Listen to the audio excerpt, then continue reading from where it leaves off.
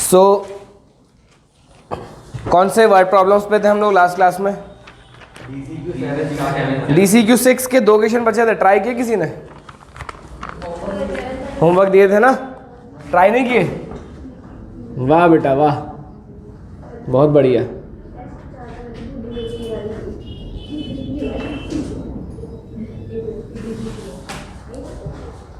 ओए होए क्या बात है, मार्कर में देखो इंक कितनी सारी है कि वो बह रहा है। हाँ तो हमने लास्ट के 2 क्वेश्चन नहीं किया था ना, किसी ने भी नहीं किया ट्राई? अच्छा ठीक है कोई नहीं, तो चलो वो दोनों क्वेश्चन करते हैं, उसके बाद हम लोग DCQ7 स्टार्ट करेंगे। और DCQ7 बहुत इजी है, सबसे इजी DCQ7 ही है। एंड लास्ट में DCQ8 करेंगे और आज ख़त्म कर देंगे हम लोग। तो question number 13, question number 13, if Zeba were younger by 5 years than what she really is, then the square of her age in years would have been 11 more than 5 times her actual age. What is her age now? यहाँ पर अभी तक इसके पहले हमने जितने भी questions किए थे वहाँ पर हमें 2 पर्सन्स होते थे, है ना, 2 पर्सन के बीच का रिलेशनशिप होता था। यहाँ पे लेकिन एक ही है, एक ही पर्सन है ज़ेबा, जिसमें ऐसा लिखा हुआ है ज़ेबा की जो भी आज एज है, अगर वो आज से 5 साल यंगर होती मतलब छोटी की बड़ी? बड़ी होती, यंगर बड़ा होता है, अरे 5 साल छोटी होती, 5 साल कम होती, ठीक है। For example if my age is 25, तो if I was 5 years younger, मैं कितने साल का होता? 20 का होता। 30 का नहीं हो जाता यार, हाँ 20 नहीं, इसका तू नहीं बोला, बड़ी होती। आगे लिखा हुआ है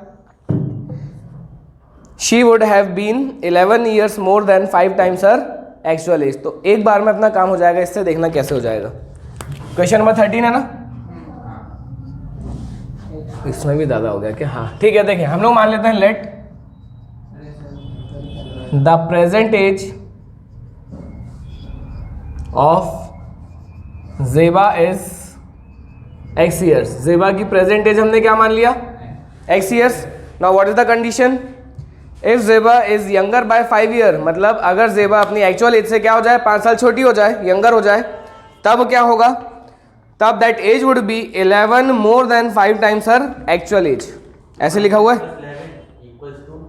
then the square of her age, sorry है ना, then the square of age लिखा है। If Zeba younger by 5 years then what she really is, then the square of her age in years would have been 11 years more than 5 times her actual age। तो हम लोग लिखते हैं if Zeba is younger, if हाँ Zeba is younger by 5 years then she is x minus 5 years old। सही लिखा है। अगर ज़ेबा की आज प्रेजेंट एज क्या है? x है, तो अगर ज़ेबा 5 साल छोटी हो जाए तो उसकी एज कितनी हो जाएगी? x माइनस 5 ईयर्स, ठीक है। अब ऐसा लिखा हुआ है जब ज़ेबा 5 साल छोटी हो जाए, यंगर हो जाए, तब जो उसकी एज का स्क्वायर होगा दैट इज x माइनस 5 का जो स्क्वायर होगा that would be 11 more than, मतलब plus 11 then what? 5x। 5x से ज़्यादा 11 ज़्यादा, ठीक है। सिंप्लीफाई करते हैं, आंसर आ जाएगा। तो चलो स्टार्ट करते हैं। ये हो जाएगा x square plus 25 minus 10x is equals to 5x plus 11। सब कुछ लेफ्ट हैंड साइड ले आओ, तो ये हो जाएगा x square minus 10x, 5x इधर आएगा तो हो जाएगा minus 5, that will B minus 15x। 25 and यहाँ पे आ जाएगा 11। 25 माइनस 11 क्या होता है? प्लस 14। बहुत इजीली स्प्लिट हो जाएगा भी, ये है क्या? माइनस 14 और माइनस 1 में हो जाएगा, तो ये हो जाएगा x square minus 14x minus 1x, या x भी लिख सकते हो, plus 14 is equal to 0। First two में क्या कॉमन आ रहा है? x। अंदर क्या बचेगा? x minus 14। अगले दो में माइनस 1 कॉमन आएगा, तभी तो बचेगा x minus 14 is equal to 0। Then x minus 14 multiplied with x minus 1 would be equal to 0। That is x की दो वैल्यूज क्या है? 14 एंड 1। अब 1 वैल्यू हो जाएगी रिजेक्ट। क्यों हो जाएगी बताओ? क्योंकि x हमने क्या लिया है, ज़ेबा की प्रेजेंट एज ली है। अगर ज़ेबा आज 1 साल की है तो 5 साल छोटी हो जाएगी, तो क्या -4 पहुंच जाएगी? -4 किसी की एज होती है क्या? नहीं होती। इसलिए हम लोग 1 को क्या कर देंगे, रिजेक्ट कर देंगे, कैंसिल कर देंगे। तो हम लोग क्या लिखेंगे, देयरफॉर, लास्ट में ये लाइन लिखना जरूरी होता है ना वर्ड प्रॉब्लम्स के केस में, present age of Zeba is what, is 14 years. और कंडीशन अप्लाई करके देखोगे तो कंडीशन अप्लाई भी हो जाएगी। 14 ईयर्स आज है ज़ेबा, तो 5 साल छोटी अगर हो गई, 5 साल यंगर हो गई तो क्या हो जाएगी एज? अरे 5 साल यंगर 9 हो जाएगी, मतलब लेफ्ट हैंड साइड में क्या आ जाएगा, 9 का स्क्वायर आ जाएगा ना। स्क्वायर क्या हो जाएगा, 81।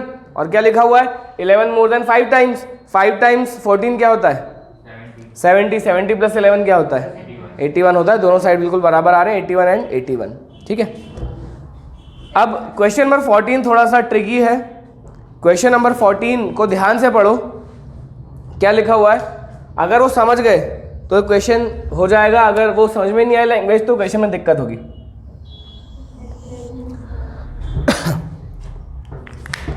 क्या लिखा हुआ है, at present Asha's age in years is 2 more than the square of or of her daughter's Nisha's age. तो भाई मदर कौन है, मदर कौन है, आशा की Nisha? Asha is the mother and daughter is Nisha. क्या लिखा हुआ है, एट प्रेजेंट मतलब आज की डेट में, प्रेजेंट की डेट में जो मदर है वो अपनी डॉटर के स्क्वायर के एज से, एज के स्क्वायर से 2 साल ज़्यादा है। ठीक है। तो अगर हम लोग निशा की एज को x मान लेंगे तो आशा की एज क्या आएगी, x square plus 2। Square of Nisha's age plus 2 लिखा हुआ है ना। क्या लिखा है, ध्यान से पढ़ना, 2 more than square of her daughter's age, ऐसा लिखा है कि square of her daughters as plus 2, ऐसा लिखा है क्या? ऐसा नहीं लिखा। डॉटर्स एज का स्क्वायर उसके बाद 2 more मतलब प्लस 2। ठीक है। तो दिस इज द कंडीशन। अब यहाँ पे आगे पढ़ो बेटा, लेट आके बतियाते नहीं है, बैठ जा। हाँ, when Nisha grows to her mother's present age, Asha's age would be 1 year less than 10 times the present age of Nisha. Find the present ages of both Asha and Nisha. तो ये जो second line लिखी है ये तो पता नहीं क्या कर दिया। क्या लिखा है, when Nisha grows to her mother's present age, Asha's age would be 1 year less than 10 times the present age of Nisha. अब निशा की एज वो हो गई है। ठीक है। तो अगर पहले आशा की एज थी x स्क्वायर प्लस 2, तो अब निशा की एज कितनी हो गई होगी, x स्क्वायर प्लस 2 हो गई होगी। तो हम लोग इस टाइम पे आशा की एज कैसे निकालेंगे?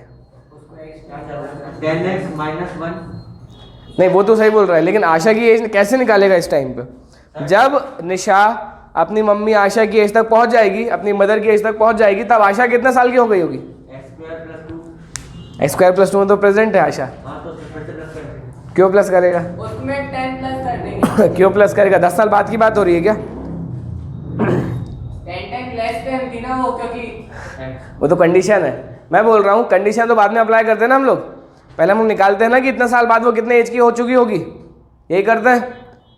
तो चलो एक एग्जांपल लेते हैं। 1 ईयर लेस लिखा वो सही है, वो तुम लोग कंडीशन देख रहे हो। मैं बोल रहा हूँ जब निशा अपनी मदर आशा की एज तक पहुँच जाएगी तो निशा की एज कितनी हो जाएगी, x स्क्वायर प्लस 2 हो जाएगी। आशा की एज क्या हो जाएगी,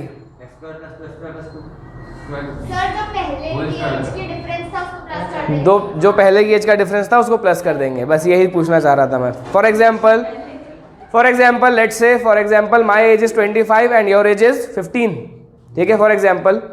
तो जब तुम लोग, जब स्टूडेंट्स टीचर की एज तक आ जाएंगे, मतलब जब 15 ईयर्स का स्टूडेंट टीचर की एज 25 तक आएगा तो कितना साल का हो जाएगा, 25 का हो जाएगा स्टूडेंट।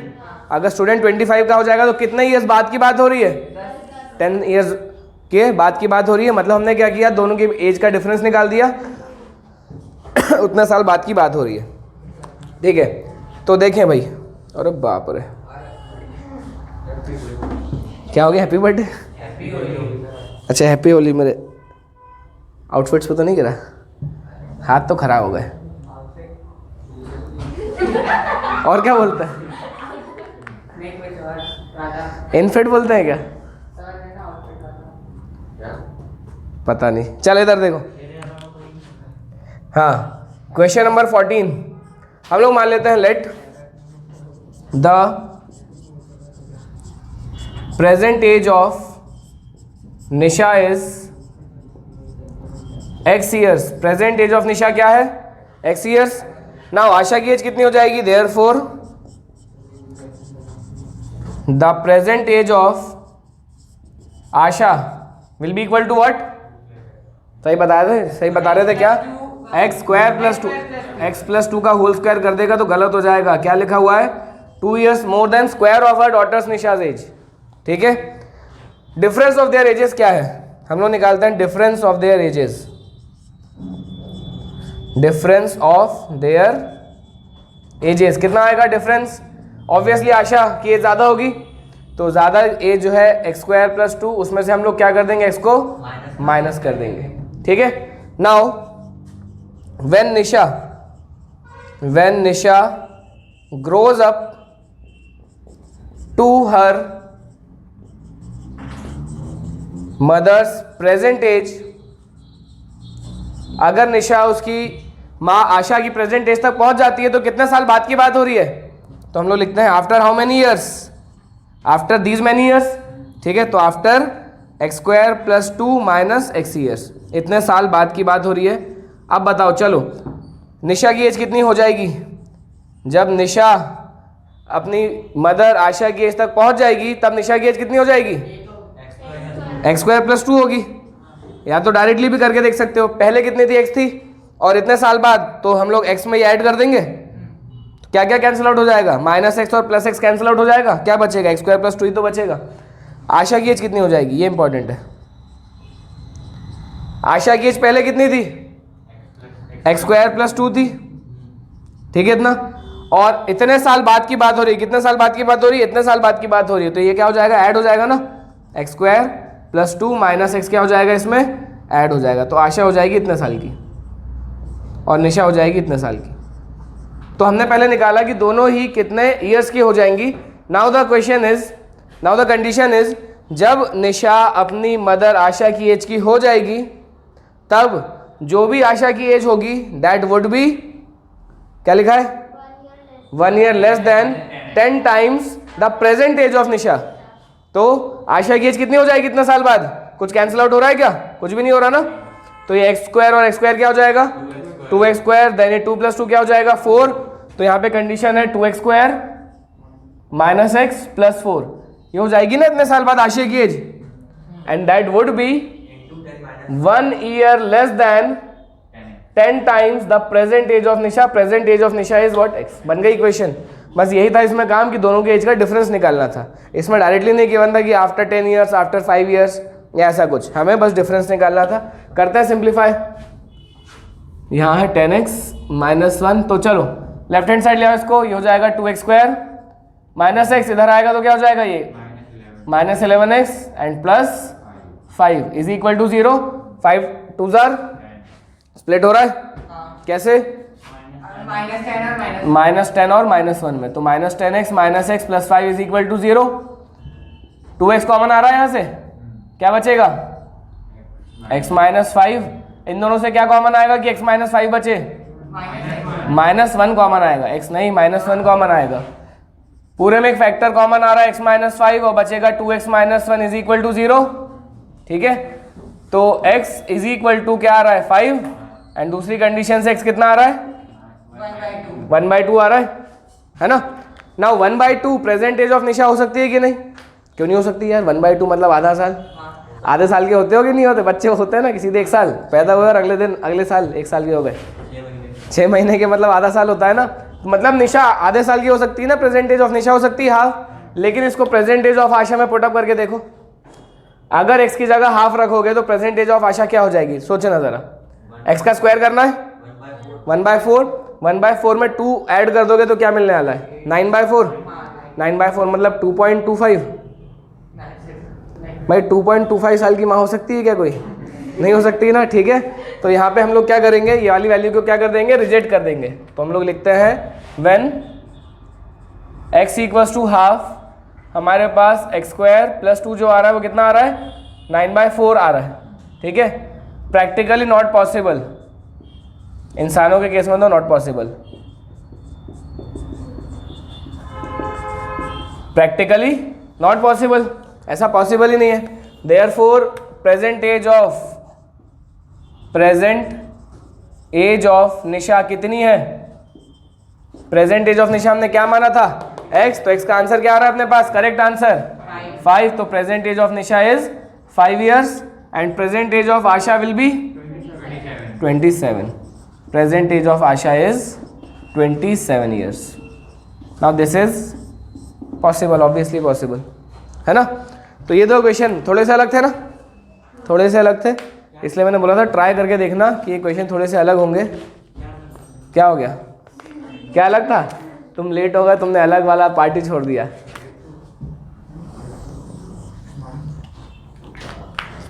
चलो स्टार्ट करते हैं DCQ7। DCQ7 सबसे इजी है। क्यों इजी है भाई? क्योंकि इसमें पूरा का पूरा मेंसुरेशन का पार्ट है। एरिया ऑफ स्क्वायर आता है सबको, एरिया ऑफ रेक्टेंगल आता है, एरिया ऑफ सर्कल आता है, पाइथागोरस थ्योरम आता है, बस हो जाएगा। स्टार्ट करते हैं फ्रॉम क्वेश्चन नंबर 1। पढ़ें भाई, क्वेश्चन नंबर 1 क्या है? The hypotenuse of a right angle triangle is 6 meters more than twice the shortest side. मतलब यहाँ पे हाइपोटेनियस और शॉर्टेस्ट साइड के बीच में एक रिलेशनशिप गिवन है, ठीक है। आगे लिखा है if the third side is 2 meters less than the hypotenuse. Third side जो होगी वो हाइपोटेनियस के रिस्पेक्ट में गिवन है। हमें निकालना find the sides of the triangle. और कौन सा ट्राइंगल है? राइट एंगल्ड ट्राइंगल है।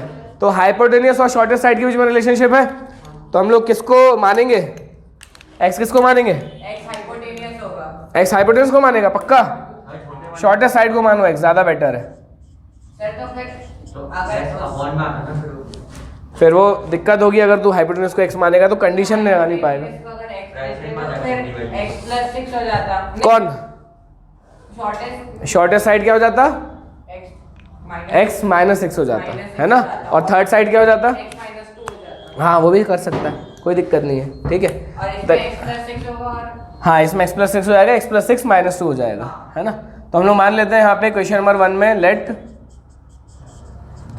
The shortest side is x metres. Metres में क्या होना है ना सब कुछ। शॉर्टेस्ट साइड को हमने क्या मान लिया? x metres. तो जो हाइपोटेनियस हो जाएगा वो क्या हो जाएगा? x plus 6। Hypotenuse will be 6 meters more than the shortest side, ठीक है। जो थर्ड साइड हो जाएगा, जो थर्ड साइड हो जाएगा वो हाइपोटेनियस से क्या है? 2 meters लेस है ना। हाइपोटेनियस है x प्लस 6, उससे 2 meters लेस है। तो बस ठीक है, हमें तीनों साइड्स मिल गए। और सिंस ये राइट एंगल ट्राइंगल है तो हम लोग क्या लगा सकते हैं? By Pythagoras theorem. Pythagoras theorem लगाओ भाई। Pythagoras theorem states that the hypotenuse का square is equal to the sum of the squares of other 2 sides, है ना। तो sum of the squares of other 2 sides, पहले साइड का square x², दूसरा side क्या मिलेगा? x प्लस 4 का होल स्क्वायर। करते हैं सिंप्लीफाई, करो भाई। x प्लस 6 का होल स्क्वायर क्या मिलेगा?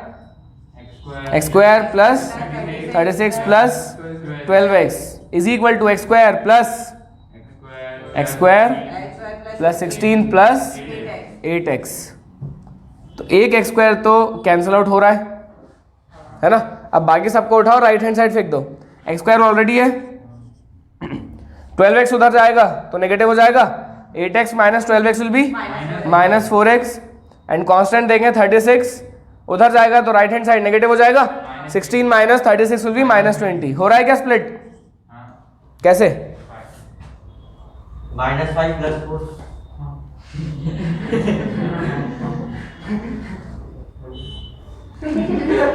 वन आ जाएगा ना। x² आया माइनस 4x माइनस 20। हाँ नहीं हो रहा? ऊपर लिखा है 6 metre more than twice the shorter distance. अबे तेज तो बताया क्यों नहीं? गलत इक्वेशन बना दिया अपन ने। क्या लिखा दिया? 6 meters more than twice the shortest side. तो बताओ ना भाई, 6 meters more than twice the shortest side, ठीक है। तो 2x प्लस 6 है ये। और क्या लिखा हुआ है? Third side is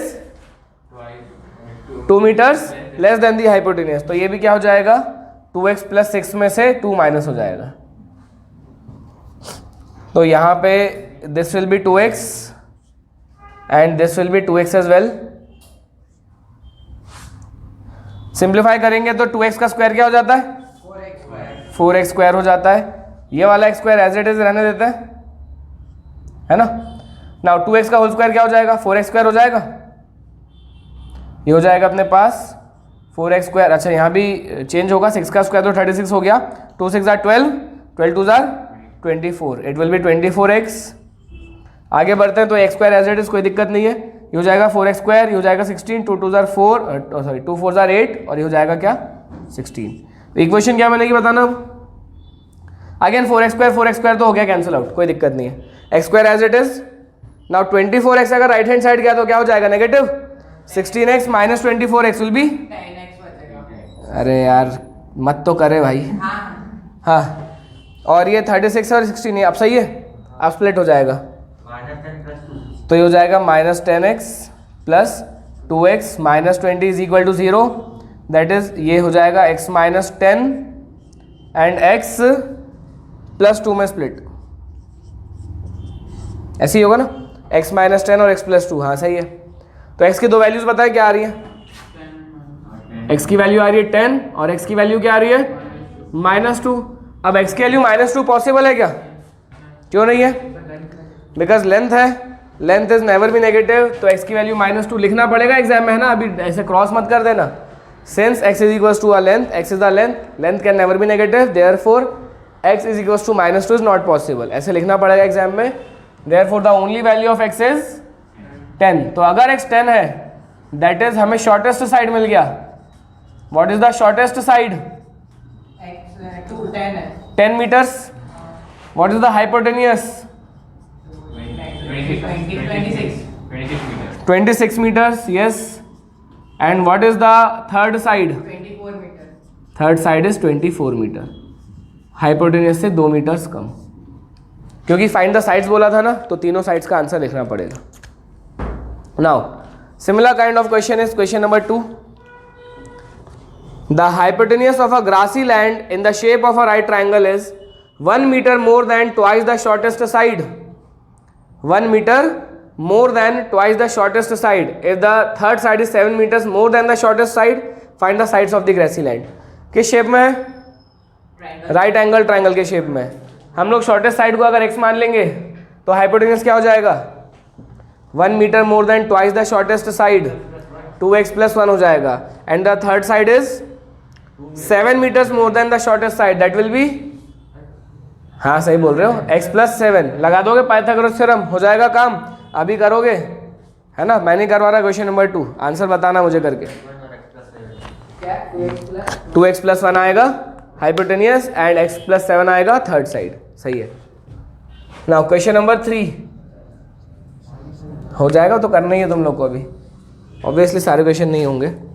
third question, the hypotenuse of a right triangle is 3√5 centimetre. एक राइट ट्राइंगल का हाइपोटेनियस क्या गिवन है? 3√5 सेंटीमीटर गिवन है। If the smaller side is tripled and the larger side is doubled. एक right angle triangle में hypotenuse होता है जो कि लॉन्गेस्ट होता है, लेकिन जो अदर दो साइड्स हैं उसमें एक शॉर्ट होगा एक लॉन्ग होगा, है ना। तो इसमें लिखा हुआ है अगर शॉर्टर साइड को हम लोग ट्रिपल कर दें, स्मॉलर साइड को, और लार्जर साइड को हम लोग क्या कर दें, डबल कर दें, तब जो हाइपोटेनियस हो जाएगा वो क्या हो जाएगा? 15 सेंटीमीटर हो जाएगा। क्या हमें शॉर्टर साइड और लार्जर साइड के बीच का रिलेशनशिप गिवन है? नहीं गिवन है, हमें सिर्फ गिवन है एक ट्राइंगल था पहले जिसमें हाइपोटेनियस क्या है? 3√5 है, उसका कोई ना कोई शॉर्टर साइड होगा, कोई ना कोई लॉन्गर साइड होगा। जब हम लोग शॉर्टर साइड को ट्रिपल कर दें और लार्जर साइड को डबल कर दें, अब जो हाइपोटेनियस हो जाएगा वो क्या हो जाएगा? 15 हो जाएगा। लेकिन वो शॉर्टर साइड और लार्जर साइड के बीच का रिलेशनशिप नहीं है, जो कि इस क्वेश्चन में था और जो कि क्वेश्चन नंबर 2 में भी था। तो यहाँ पे एक वेरिएबल में काम नहीं हो पाएगा, यहाँ पे हमें 2 वेरिएबल लेने ही पड़ेंगे। हम लोग मान लेते हैं let the shorter side is metres में क्या बनेगी, सेंटीमीटर्स में? सेंटीमीटर है। तो 1 सेंटीमीटर मान लेते हैं। एंड द लार्जर साइड, जो भी लार्जर साइड होगा let's say it is y centimetre, है ना। और इस केस में जो हाइपोटेनियस गिवन है वो कितना गिवन है? 3√5 सेंटीमीटर। क्या यहाँ पे हम लोग पाइथागोरस थ्योरम अप्लाई कर सकते हैं? By the use of Pythagoras theorem क्या मिलेगा हमें? दैट x का square plus Y square will be equal to 3 root 5 का स्क्वायर, ये मिलेगा। तो ये हो जाएगा अपने पास X square plus Y square is equal to 3 का स्क्वायर 9 रूट 5 का square 5 9 5 are 45। Let's say it is equation number 1। ठीक है, now the shorter side is what? Tripled. तो अगर शॉर्टर साइड ट्रिपल्ड हो गया है तो उसकी लेंथ कितनी हो जाएगी? 3x सेंटीमीटर हो जाएगी। Similarly the larger side is doubled, larger side हो गया है डबल हो गया उसका। ठीक है, तो जो लार्जर साइड हो जाएगा वो क्या हो जाएगा? 2y हो जाएगा। और इस केस में जो हाइपोटेन्यूस निकल के आएगा वो क्या हो जाएगा? हाइपोटेन्यूस हो जाएगा 15 सेंटीमीटर। यही बोला है ना, जब हम लोग शॉर्टर साइड को ट्रिपल कर दें, लार्जर साइड को डबल कर दें, तब जाके जो हाइपोटेन्यूस हो जाएगा क्या हो जाएगा? 15 हो जाएगा। अगेन पाइथागोरस थ्योरम अप्लाई करो। Bye the use of Pythagoras theorem क्या मिलने वाला है? दैट 3x का होल स्क्वायर प्लस 2y का whole square is equal to 15 का होल स्क्वायर। 3x का square that is 9x square plus 4y square is equal to 225। Substitution कर सकते हैं फ्रॉम इक्वेशन नंबर 1। एलिमिनेशन से भी हो जाएगा, लेकिन सब्स्टिट्यूशन लगा दो, क्योंकि एलिमिनेशन पहले लगाओगे ना, बाद में वापस से क्वाड्रेटिक इक्वेशन बनेगी, क्योंकि ऑलरेडी टर्म्स क्वाड्रेटिक है ना, इसलिए। तो एक काम करो, फ्रॉम इक्वेशन नंबर 1 y की वैल्यू रिप्लेस कर दो, वाई स्क्वायर की वैल्यू रिप्लेस कर दो। 9x square plus 4 as it is. What is the value of y square? 45 minus x square is equals to 225। तो सिंप्लीफाई करते हैं, 9x स्क्वायर 4 इंटू 45 कितना होता है? 180 होगा। 4 टाइम्स माइनस एक्स स्क्वायर क्या हो जाएगा? Minus 4x square is equals to 225। 9x square minus 4x square it will be 5x square. 180 right hand side जाएगा तो नेगेटिव हो जाएगा। 225 में 180 माइनस करो, कितना मिलने वाला है? 45 प्लस, क्योंकि 225 बड़ी वैल्यू है ना, 180 छोटी वैल्यू है। तो अगर 5x स्क्वायर 45 है तो x स्क्वायर कितना हो जाएगा? x स्क्वायर हो जाएगा 9। x square will B 9। If x square is 9, x will B plus minus 3। तो अगर x प्लस माइनस 3 है, बट हम लोग क्या बोलेंगे? x equals to minus 3 is not possible. Why it is not possible? Because x is the length. अगर x length है तो माइनस 3 का भी लेंथ हो नहीं सकती है। Therefore the only value of x is 3। If x equals to 3, therefore y कितना आ जाएगा? यहां पुट अप कर दो ना यार। x का स्क्वायर 9 उधर जाएगा तो माइनस 45 माइनस 9 36। तो हम लोग बोलेंगे y स्क्वायर कितना आ जाएगा? 36। तो y कितना आ जाएगा? Plus minus 6। लेकिन हम लोग नेगेटिव वैल्यू रिजेक्ट कर देंगे ना, तो ओरिजिनली हम लोग क्या बोलेंगे? द ओरिजिनली साइड्स क्या थे? 3 सेंटीमीटर एंड 6 सेंटीमीटर। ओरिजिनली ये थे साइड, क्योंकि अगर 3 सेंटीमीटर 6 सेंटीमीटर होगा तभी तो अपना हाइपोटेन्यूस आएगा, है ना? आप इसको लेके हाइपोटेन्यूस एक्चुअल वाला निकालना पड़ेगा। नहीं तो ऑलरेडी था ना वो, तो करके देख ले तू। 3 का स्क्वायर 9, 6 का स्क्वायर 36 प्लस 9 45, और 45 का रूट यही होता है 3 रूट 5, क्योंकि इसका स्क्वायर ही 45 आया था ना। ठीक है, तो 3 and 6 were the originally sides of the triangle. Now question number 4, same question again, वापस से सेम क्वेश्चन आ रहे। लो पढ़ो, कोई एक जन पढ़ो भाई। अरे पढ़ दो कोई एक जन।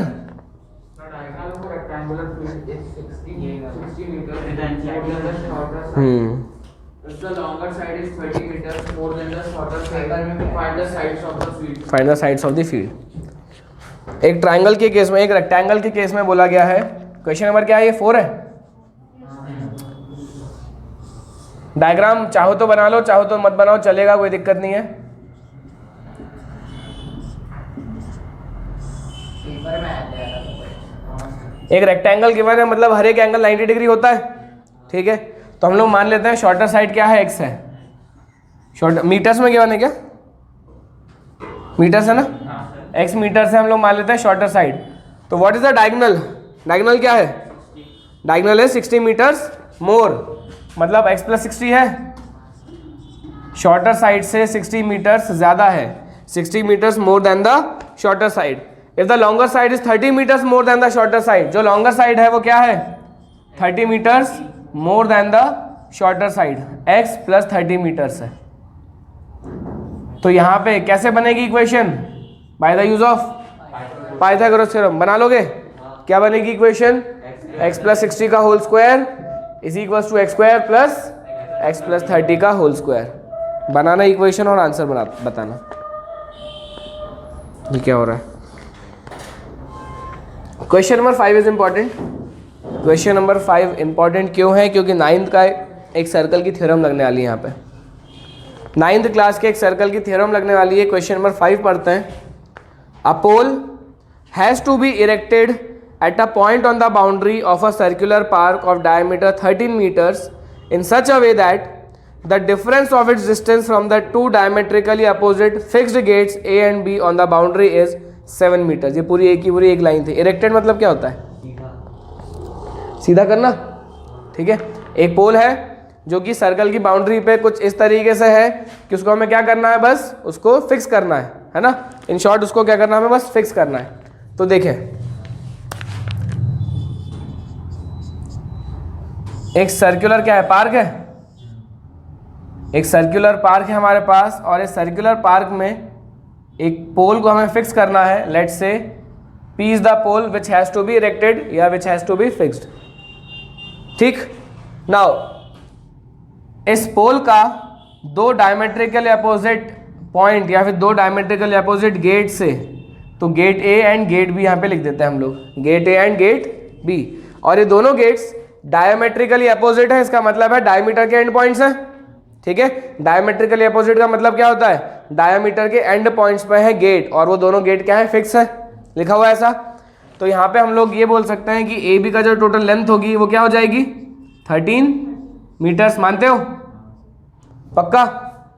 अब ऐसा बोला है जो भी पोल हमें फिक्स करना है इसका डिस्टेंस का डिफरेंस, इसके डिस्टेंस का डिफरेंस. कहाँ से distance? From the two fixed gates. Pole P का A से जो डिस्टेंस होगा और पोल P का जो B से डिस्टेंस होगा, इन दोनों का जो डिस्टेंस है उन दोनों का डिफरेंस गिवन है. क्या? उन दोनों का डिफरेंस गिवन है 7. क्या गिवन है? 7 गिवन है. तो हम लोग मान लेते हैं लेट, अच्छा वो सब लिखना पड़ेगा तुम्हें, that A and B are the two fixed gates at the diametrical opposite positions on the circular park. Let P is the pole to be erected. ये सब तुम्हें लिखना होगा एग्जाम में. मैं डायरेक्टली लिख रहा हूँ. लेट PB जो है it is x metres. PB को क्या मान लिया हमने? x मान लिया. कोई बता पाएगा व्हाट विल बी PA? तो इसमें जो कंडीशन गिवन है ना उसको लगाते हैं. कंडीशन क्या गिवन है? कंडीशन ये गिवन है कि इस पोल का दोनों गेट्स जो डिस्टेंस है उनका डिफरेंस, मतलब देखो साफ साफ अपने फिगर में हमने जो फिगर बनाया है उसमें PA की लेंथ ज़्यादा है कि PB की लेंथ ज़्यादा है? PA की लेंथ ज़्यादा है. मतलब PA में से अगर हम लोग PB को माइनस कर देंगे तो आंसर क्या आएगा? 7 आएगा. यही होना चाहिए ना. तो जो PA है वो क्या हो जाएगा? देखना, PA माइनस x. हाँ, तो कितना आ जाएगा PA? It will be x plus 7 या फिर 7 प्लस x मीटर्स. आएगा कि नहीं आएगा PA इतना? तो अगर PA हमें मिल गया है x प्लस 7, हमें PB पता है और यहाँ A भी पता है, तो हम लोग क्या कर सकते हैं? क्यों लगाएंगे पाइथागोरस थ्योरम? सर्कल के अंदर ट्राइंगल नहीं, सेमी सर्कल के अंदर ट्राइंगल है ना. क्या बोलते हैं हम लोग? Angle in a semi circle is a right angle. एक लाइन की थ्योरम थी बस. Angle in a semi circle is a right angle. मतलब सेमी सर्कल सर्कल के किसी भी पॉइंट पे कोई भी एंगल बनाता है तो हमेशा कौन सा होता है?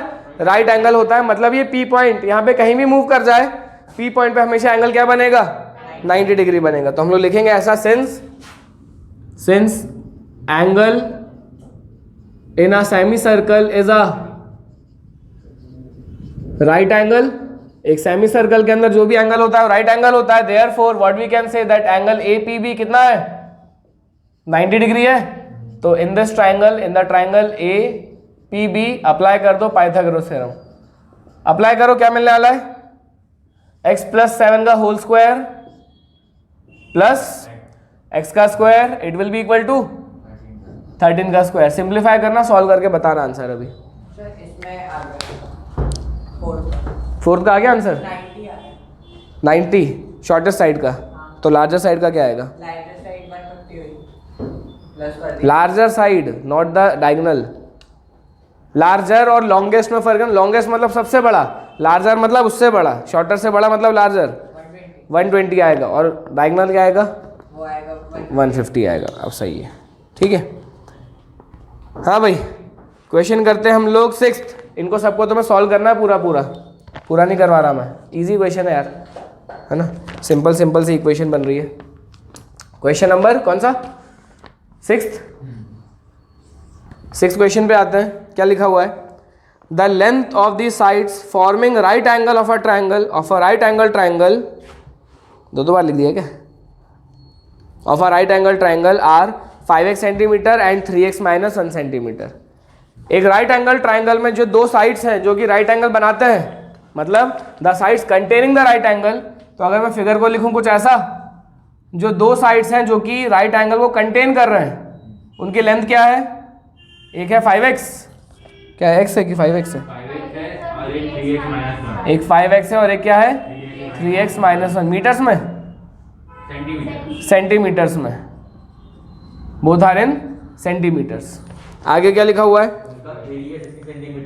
अरे एरिया, लो काम हो गया तुम्हारा। एरिया का फॉर्मूला क्या होता है? Half base into height. Half base into height होता है, और इस ट्राइंगल में हमारे पास बेस भी और हाइट भी है, क्योंकि जो भी साइड्स राइट एंगल को कंटेन करते हैं वो एक दूसरे के परपेंडिकुलर होते हैं। अगर वो एक दूसरे के परपेंडिकुलर हैं तो एक बेस ले लेंगे, दूसरा अपने आप हाइट हो जाएगा। तो लगा दो, हाफ बेस क्या है?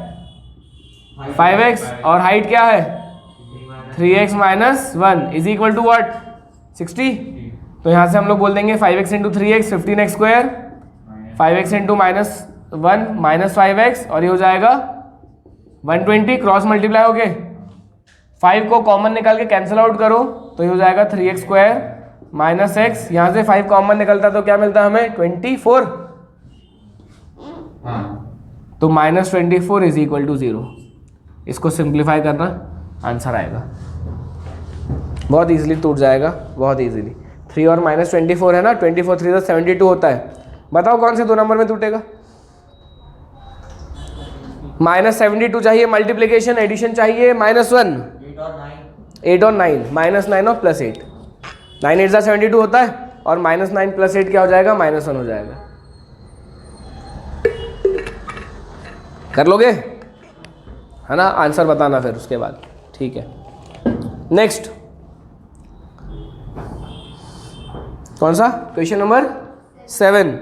The length of a rectangle exceeds its width by 8 centimetre and the area of the rectangle is 240 square centimetre. Find the dimensions of the rectangle. इसको तो डायरेक्टली इक्वेशन बना पाओगे यार। विड्थ अगर x है तो लेंथ क्या है? x + 8, और एरिया ऑफ द रेक्टेंगल क्या होता है? लेंथ इंटू ब्रेड्थ, और वो कितना क्या बना है? 240। बन गई equation. That x square plus 8x minus 240 is equal to 0, है ना? तो मल्टीप्लीकेशन -240 हो एंड एडिशन +8 हो, ऐसे दो नंबर्स बताना। एक पॉजिटिव होगा, एक नेगेटिव होगा। 12 और 20, 12 2 24, हाँ हो जाएगा। +12 नहीं +20 एंड -12 हो जाएगा ना? कर लेना फिर, और क्या, डायरेक्ट इक्वेशन बन रही है। 8 करते हैं। 8th question is the side of a square exceeds the side of another square by 4 centimetre. दो स्क्वायर है यहाँ पे, एक स्क्वायर का साइड दूसरे स्क्वायर के साइड से 4 सेंटीमीटर क्या है? ज़्यादा है। एक्सीड कर रहा है मतलब ज़्यादा है, 4 टाइम्स नहीं है, 4 सेंटीमीटर ज़्यादा है। आगे लिखा है the sum of the areas of 2 squares is 400 square centimetre. Find the dimension of the square. ये भी बन जाएगा 400। दो स्क्वायर है, एक स्क्वायर का मान लो साइड है x, तो दूसरे का क्या हो जाएगा? अच्छा डायग्राम तुम बनाना है तो बनाओ, वरना मत बनाओ, कोई दिक्कत नहीं है ना। अगर डायग्राम बनाओगे तो सही बनाना बस। 4 सेंटीमीटर ज़्यादा है ना इससे, यही होगा। पहले स्क्वायर का एरिया क्या हो जाएगा? x square side square. दूसरे स्क्वायर का एरिया क्या हो जाएगा? x + 4 का whole square, and it is given as 400। बन जाएगी इक्वेशन। कर लोगे आगे? इसलिए तो मैंने शुरू में ही बोला वाली शीट सबसे ईजी है। इसमें, इसलिए हम लोग टाइम वेस्ट नहीं करेंगे, आंसर बताना। और अभी जब लिख रहे हो ना साथ में सॉल्व करते हो जाओगे, यहीं तक मत छोड़ देना, है ना। आंसर साथ में होने चाहिए कि पता चला घर जाके लिखेंगे। Next 9th question, if twice the area of a smaller square is subtracted from the area of the larger square, if twice the area of the smaller square is subtracted from the larger square, the result is 14 centimeter square. आगे लिखा है however if twice the area of the larger square is added to the 3 times the area of the smaller square, the result is 203 centimeter square. लेकिन दोनों ही square के sides के बीच का relation given है क्या, जो इस क्वेश्चन में था? उन दोनों के साइड्स के बीच का रिलेशन गिवन नहीं है, सब में डिफरेंस गिवन है एरियाज का। तो हम लोग x और y दो लेके चलेंगे। तो क्वेश्चन नंबर 9 में हम लोग मान लेते हैं let the side of smaller square is x and the side of larger square is y। पहली कंडीशन में क्या लिखा हुआ है देखो, पहली कंडीशन में लिखा हुआ है twice the area of the smaller square is subtracted from the area of the larger square. अगर लार्जर स्क्वायर के साइड की लेंथ y है तो लार्जर स्क्वायर के एरिया क्या होगा? लार्जर स्क्वायर में साइड की लेंथ अगर y है तो क्या हो जाएगा? y square. तो केस 1 के हिसाब से क्या लिखा हुआ है कि लार्जर स्क्वायर के एरिया में से अगर हम लोग ट्वाइस द स्मॉलर स्क्वायर का एरिया माइनस कर दें, लार्जर स्क्वायर के एरिया में से ट्वाइस द स्मॉलर स्क्वायर के एरिया का ट्वाइस करेंगे, उसको फिर माइनस करेंगे, तो हमें क्या मिलने वाला आंसर? 14 सेंटीमीटर स्क्वायर ना। एरिया में से एरिया माइनस हो रहा है मतलब सेंटीमीटर स्क्वायर ही होगा। ये बन गई पहली क्वेश्चन। नाउ केस 2 में क्या बोला है? केस 2 में क्या बोला गया है? However, if twice the area of the larger square, twice the area of the larger square, यही होगा, is added to what? 3 times the area of the smaller square. 3 times the area of the smaller square. Smaller square की side length है x, तो area क्या हो जाएगा x square, इसका thrice. इसका आंसर क्या आने वाला है? 203। क्या करें, सब्स्टिट्यूशन लगा दें, तो y स्क्वायर की वैल्यू रिप्लेस कर देते हैं फ्रॉम इक्वेशन नंबर 1, क्योंकि x की वैल्यू फ्रैक्शन में आ जाएगी। तो twice as it is, what is the value of y square? 14 plus 2x square plus 3x square is equal to 203। Simplify कर लोगे अब तो x और y दोनों आ जाएगा, मतलब दोनों स्क्वायर्स के साइड की लेंथ आ जाएगी। Determine the sides of the square. तो इतना करो और आंसर बताओ। सर फिफ्थ का आ गया। फिफ्थ का आ गया, क्या आया फिफ्थ का? फिफ्थ का x3। फिफ्थ में निकालना था तुम्हें, नहीं x3 नहीं है। सही से कर और थोड़ा सा अच्छे से कर। तो इनके आंसर्स बता दो, फिर हम लोग करते हैं 10th एंड 11th। क्या आया? थर्ड का आंसर तो निकाल दिया था हमने। फोर्थ का आंसर क्या आया? फोर्थ का आंसर आया था ना किसी का भी? क्या आया? x की वैल्यू 60, x की वैल्यू 90 और फिर ये वाला हो जाएगा 120 फिर ये हो जाएगा 150। तो ये रहा x, 120 is x plus 3 and 150 is x plus 60। Then fifth का आंसर क्या आया?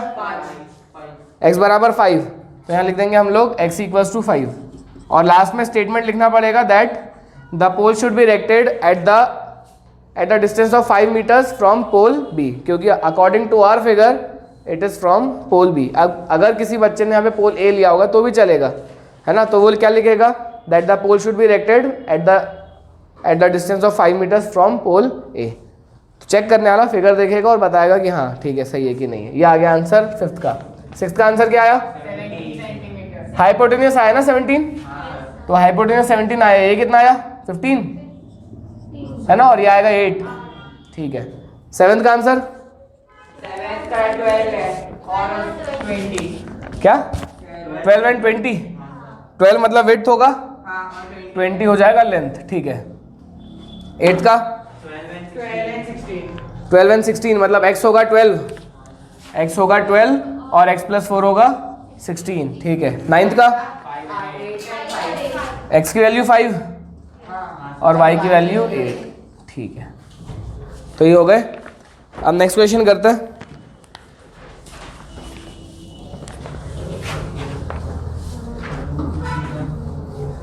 मौलिक पढ़, नेक्स्ट क्वेश्चन पढ़। Area of an isosceles triangle is 60 centimeters square, and the length of each one of its equal side is 13 centimeters. Find its base. Find its base, ठीक है। एक isosceles triangle का area given है, क्या given है area? Area of an isosceles triangle is given as 60 centimetre square, और एक isosceles triangle में दो साइड्स इक्वल होते हैं, एंड दीज टू साइड्स की लेंथ हमने गिवन है कितनी? 13 सेंटीमीटर। हमें क्या निकालना है? बस बेस निकालना है। तो हेरोन्स फॉर्मूला वगैरह की ज़रूरत पढ़नी नहीं चाहिए इस क्वेश्चन में, डायरेक्टली हो जाएगा।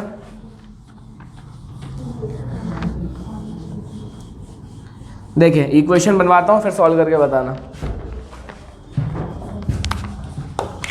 क्वेश्चन नंबर क्या है? 10। तो एक आइसोसेलेस ट्राइंगल हम लोग मान लेते हैं, यहां बना देता हूं isosceles triangle. Triangle ABC is the isosceles triangle in which the two equal sides are AB and AC। तो यहाँ पर AB और AC को हमने इक्वल मान लिया, और उन दोनों की लेंथ गिवन है कितनी? 13 सेंटीमीटर गिवन है ना, 13 सेंटीमीटर गिवन है। अब हम लोग क्या करते हैं? हम लोग करते हैं ड्रॉप एक परपेंडिकुलर। हम लोग ड्रॉ करते हैं यहाँ पे draw AD which will be perpendicular to BC, मतलब वर्टेक्स से सामने वाले साइड पे एक परपेंडिकुलर ड्रॉप कर देते हैं। तो एक आइसोसेलेस ट्राइंगल में जब भी परपेंडिकुलर ड्रॉप होता है तो एक्चुअली मीडियन भी होता है, ठीक है। तो हम लोग लिखेंगे in an isosceles triangle the altitude is also the median. Altitude जो होता है वो मीडियन भी होता है ना। अगर ये एल्टीट्यूड जो AD हमने ड्रॉ किया अगर ये मीडियन भी है, इसका मतलब है कि BD और CD भी इक्वल हो जाएंगे। तो हम लोग क्या मान लेते हैं? हम लोग मान लेते हैं लेट BD एंड CD जो कि दोनों इक्वल हैं, they are late say x centimetres.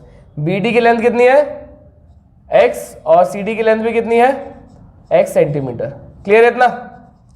अब ये बताओ, अगर हमें AB पता है, इफ इट इज 13 सेंटीमीटर, क्या हम लोग AD निकाल पाएंगे? अब क्या हम लोग AD निकाल सकते हैं? That is the perpendicular by the use of Pythagoras theorem. तो हम लोग लिखते हैं in the triangle ABD by the use of Pythagoras theorem. Pythagoras theorem will be AD का होल स्क्वायर प्लस BD का whole square will be equals to AB का square.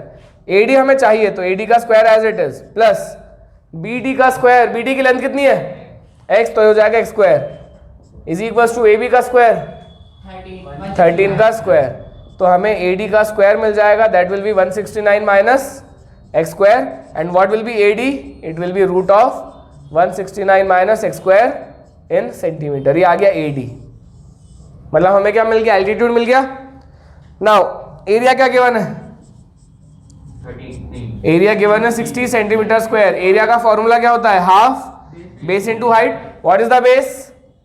BC is the base, and what is the height? AD is the height. तो half BC जो है वो 2x है, सही है, और AD अभी हमने निकाला root of 169 minus x square is equal to what? Is equal to 60। ये 2 से 2 गया, क्योंकि रूट आए तो क्या करें? स्क्वायरिंग कर देते हैं। तो अगर यहाँ पे स्क्वायरिंग करेंगे तो क्या मिलेगा? देखना, x का स्क्वायर x स्क्वायर और ये रूट का स्क्वायर, मतलब square and root will be cancelled out. ये कुछ ऐसे ही हो जाएगा, एंड 60 का स्क्वायर क्या हो जाएगा? 3600। मल्टीप्लाई करो, 169 x square minus x to the power 4 is equal to 3600। आगे बढ़ते हैं, सब कुछ राइट हैंड साइड लेके जाते हैं। x की पावर 4 राइट हैंड साइड जाएगा तो पॉजिटिव हो जाएगा। देन 169 x स्क्वायर अगर राइट हैंड साइड जाएगा तो क्या हो जाएगा? नेगेटिव हो जाएगा। और राइट हैंड साइड में ऑलरेडी अपने पास क्या है? 3600 is equal to 0।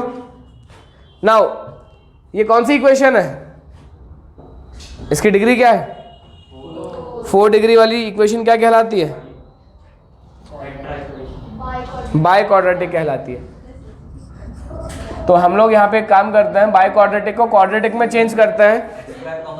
X square common इसमें से नहीं आएगा ना यार, ठीक है। तो हम लोग क्या करते हैं, एक्स स्क्वायर को वाई ले लेते हैं। अगर एक्स स्क्वायर वाई है तो एक्स की पावर 4 क्या होगा, वाई स्क्वायर होगा, minus 169 y plus 3600 is equal to 0। चलो बताओ मिडिल टर्म स्प्लिटिंग।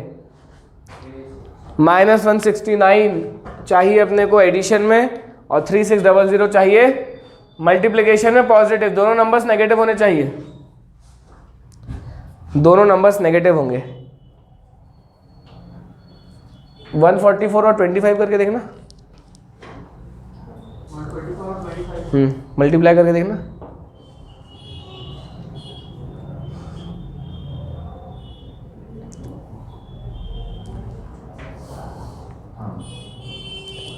थ्री 3600 आ रहा है। 144 और 25 का मल्टीप्लिकेशन 3600 आ रहा है कि नहीं आ रहा है? तो ठीक है, ये हो गया स्प्लिट।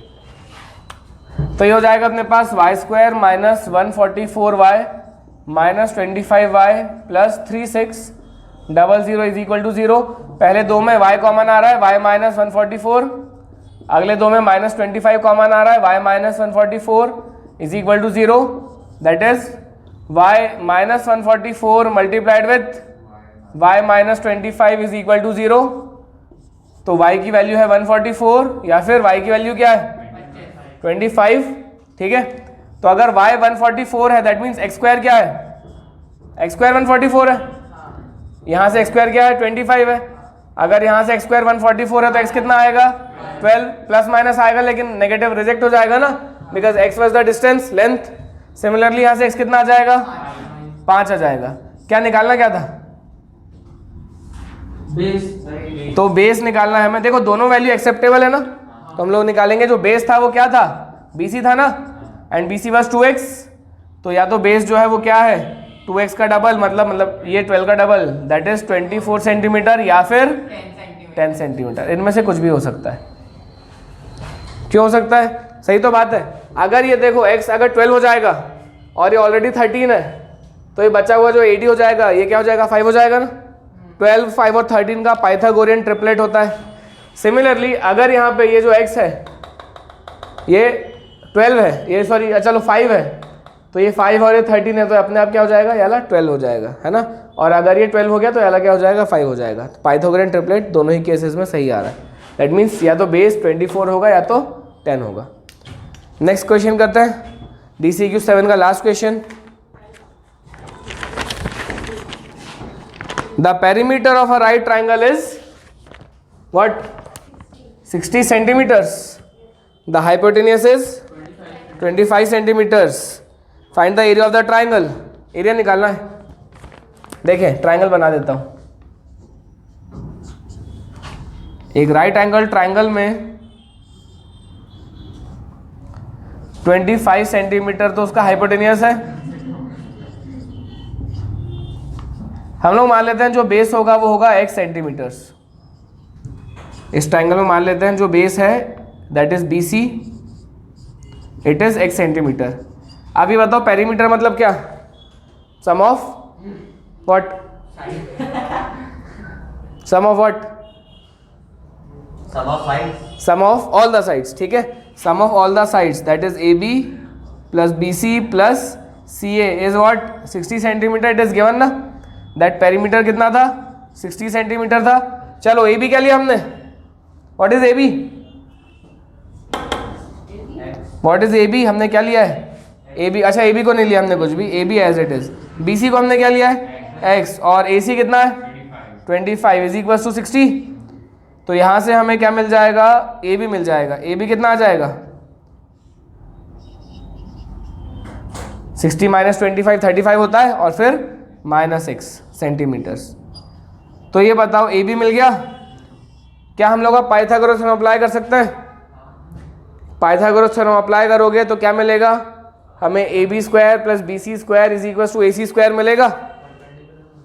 परपेंडिकुलर मिल जाएगा और बेस भी मिल जाएगा, लेकिन क्वेश्चन में क्या निकालना था, एरिया निकालना था। तो अगर परपेंडिकुलर मिल गया और बेस मिल गया तो एरिया निकालने में क्या है, निकाल पाओगे ना। तो करो इसको, याला सिंपल है इसलिए नहीं करवा रहा, याला थोड़ा सा कॉम्प्लिकेटेड था इसलिए करवाया। इसको करो जल्दी से। बताओ आंसर क्या आएगा?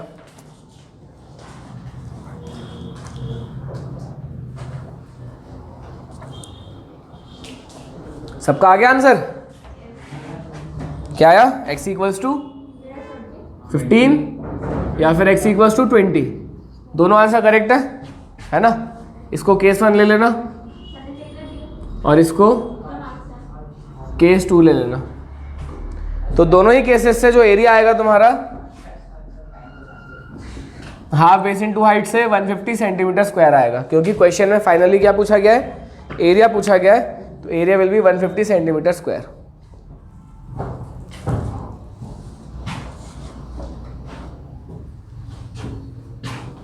इजी था ना ये 11 क्वेश्चन तो? अब आने वाले क्वेश्चन भी काफ़ी इजी हैं। वर्क एंड टाइम पे क्वेश्चन है और एक्सपेंसेस पे क्वेश्चंस है।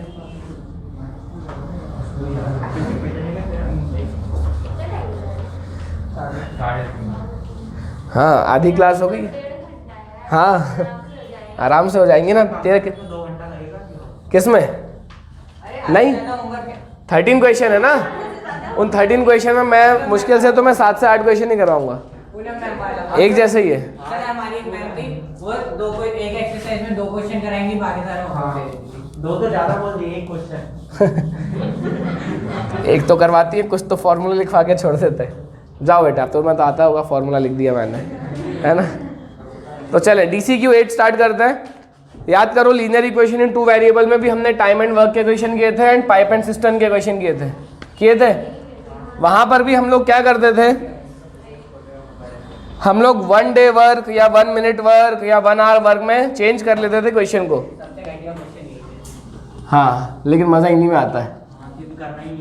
हाँ क्योंकि बनता ही नहीं है ना, तो छोड़ दो, मेहनत नहीं करनी है। तो चलो भाई ये बताना, फॉर एग्जाम्पल के तौर पे if a work is done in 5 days, what amount of work will be done in, अबे ओ क्वेश्चन क्या पढ़ रहा है, एग्जाम्पल दे रहा हूँ। If a work is done in 5 days, what fraction of the work will be done in 1 day? 1/5। अगर एक काम को करने में 5 दिन लगता है तो एक दिन में उसका सिर्फ 1/5 हिस्सा ही हो पाएगा, ठीक है? एक काम को करने में अगर 10 days लगेंगे तो एक दिन में वो कितना काम कर पाएंगे हम लोग? उसका 1/10 पार्ट ही कर पाएंगे। तो यही कंसेप्ट हमें लगाना है वर्क एंड टाइम में। क्वेश्चन नंबर 1 से स्टार्ट करते हैं सीधे। DCQ 8 लास्ट क्वेश्चन नंबर 1 करेंगे। 2 में 2 और 3 सेम है, तो 2 तुम लोग खुद करोगे, लेकिन मैं शायद उसमें एक वैल्यू की गड़बड़ है, वो बता दूंगा। और 3rd 4th फिर आगे देखते हैं। फर्स्ट क्वेश्चन करते हैं पहले। A takes 6 days less than the time taken by B to finish a piece of work. A जो है वो B से 6 दिन कम लेता है एक काम को करने के लिए, और एक वर्क को हम लोग 1 लेते हैं बस, है ना? वर्क को 1 ले लिया करो, काम हो जाएगा। तो A एक काम को करने में B जो इतना टाइम लेता है उससे 6 दिन कम लेता है। If both A and B together can finish it in 4 days, उस काम को अगर दोनों एक साथ करें तो कितने दिन लगेंगे? 4 दिन लगेंगे। क्रिश सही है ना? पक्का? हाँ 4 दिन लगेंगे। तो हमें क्या निकालना है कि अगर वो दोनों अकेले अकेले वर्क करें तो कितना टाइम लगेगा। तो हम लोग मान लेते हैं let the time taken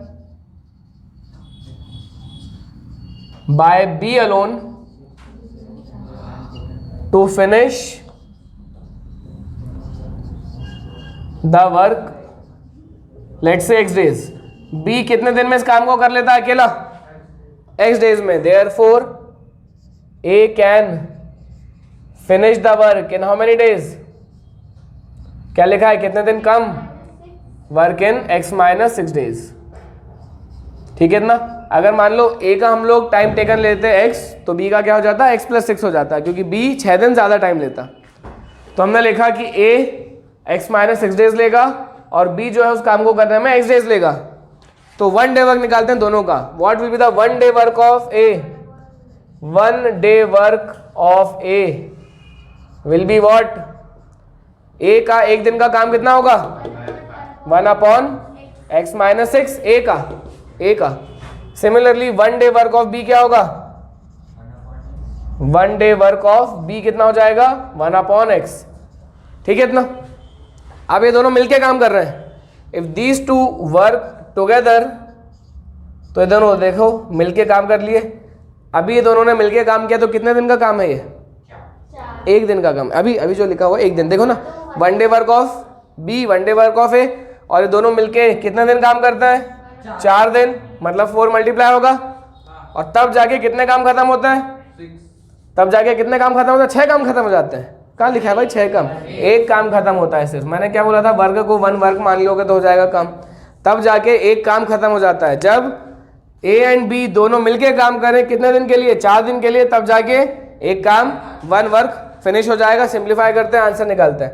4 as it is x minus 6 multiplied with x, ये x यहाँ पे हो जाएगा x plus x minus 6 is equal to 1, x plus x 2x times 4 8x 4 times minus 6 minus 24 is equal to x into x square और x into minus 6 minus 6x। 1 से multiply हो गया, cross multiply हो गया सब कुछ right hand side, that is x square 8x भी उधर जाएगा तो minus 14x plus 24 is equal to 2 is equal to 0, 12 और 2 दोनों नेगेटिव तो minus 12x and minus 2x plus 24 is equal to 0, x common x minus 12 minus 2 common x minus 12, that is x की दो values क्या क्या है बताएं 12 and 2।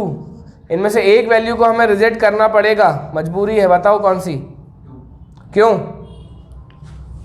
हाँ 2 सही है, रीजन दो तो शायद क्या होता है, रीजन सही है। x क्या था, x देखा तो करो, x क्या है, x है, हाँ x मतलब 2 डेज, मतलब b एक काम को 2 दिन में खत्म करेगा तो a उससे 6 दिन कम लेगा। अगर b 2 दिन ले रहा है तो 6 दिन कम लेगा। 2 माइनस 6 कितना होता है -4, a -4 दिन ले लेगा क्या -4 डेज, ऐसा कुछ होता ही नहीं है। ठीक है, that means x equals to 2 को हम लोग क्या कर देंगे रिजेक्ट कर देंगे। लिखना आना चाहिए एग्जाम में, कैसे लिखोगे, लिखेंगे हम लोग for x equals to 2 x minus 6 will be is -4, -4 days can not be possible, therefore the only correct value of x is 12। तो डायरेक्टली मैं लिख देता हूँ answer, the time taken by b to finish the work is how many days। x क्या था, b का ही था ना टाइम टेकन, तो x का आंसर आ गया ना 12 डेज। तो a का बताओ कितना आ जाएगा टाइम टेकन बाय a, तो a जो है वो टाइम कितना ले रहा है 6 डेज लेता है। Time taken bye a is 6 days. ठीक है इतना। क्वेश्चन नंबर 2 को स्किप करो, उसमें वैल्यूज की थोड़ी गड़बड़ है। 3 पे आते हैं क्योंकि 3 और 2 सेम क्वेश्चन है, तो हम लोग थर्ड करते हैं। ऐसे ही क्वेश्चन है बिल्कुल जो हमने फर्स्ट किया, लगभग वैसे ही है। इसमें मैन वर्क नहीं कर रहे हैं, यहाँ पे पाइप वर्क कर रहे हैं। यहाँ पे लिखा हुआ है 2 pipes running together can fill a tank in 11 1/9 minutes. 2 pipe एक साथ जब काम करते हैं तो एक टैंक को फिल कर देते हैं how many minutes, in how many minutes 11 1/9 minutes. If one pipe takes 5 minutes more than the other to fill the tank separately, अगर दोनों ही अलग अलग काम करें तो एक पाइप जो है वो दूसरे पाइप से 5 मिनट ज़्यादा लेगा time. Find the time in which each of the pipe will fit the tank separately. तो हमें निकालना है कि दोनों ही अलग अलग काम करने में कितनी देर में टैंक को फिल कर देंगे। स्टार्ट करते हैं क्वेश्चन नंबर 3। हम लोग मान लेते हैं let the time taken by 2 pipes का नाम देते हैं pipe A and pipe B. By pipe A is x minutes and the time taken by pipe B, जो दूसरा पाइप वो पहले पाइप से कितना ज़्यादा टाइम ले रहा है 5 मिनट ज़्यादा ले रहा है। अब इसको 5 मिनट कम भी ले सकते थे तुम लोग, कोई दिक्कत नहीं है। तो इसको मैं ले लेता हूँ x प्लस 5 मिनट्स। चलो बताएं 1 minute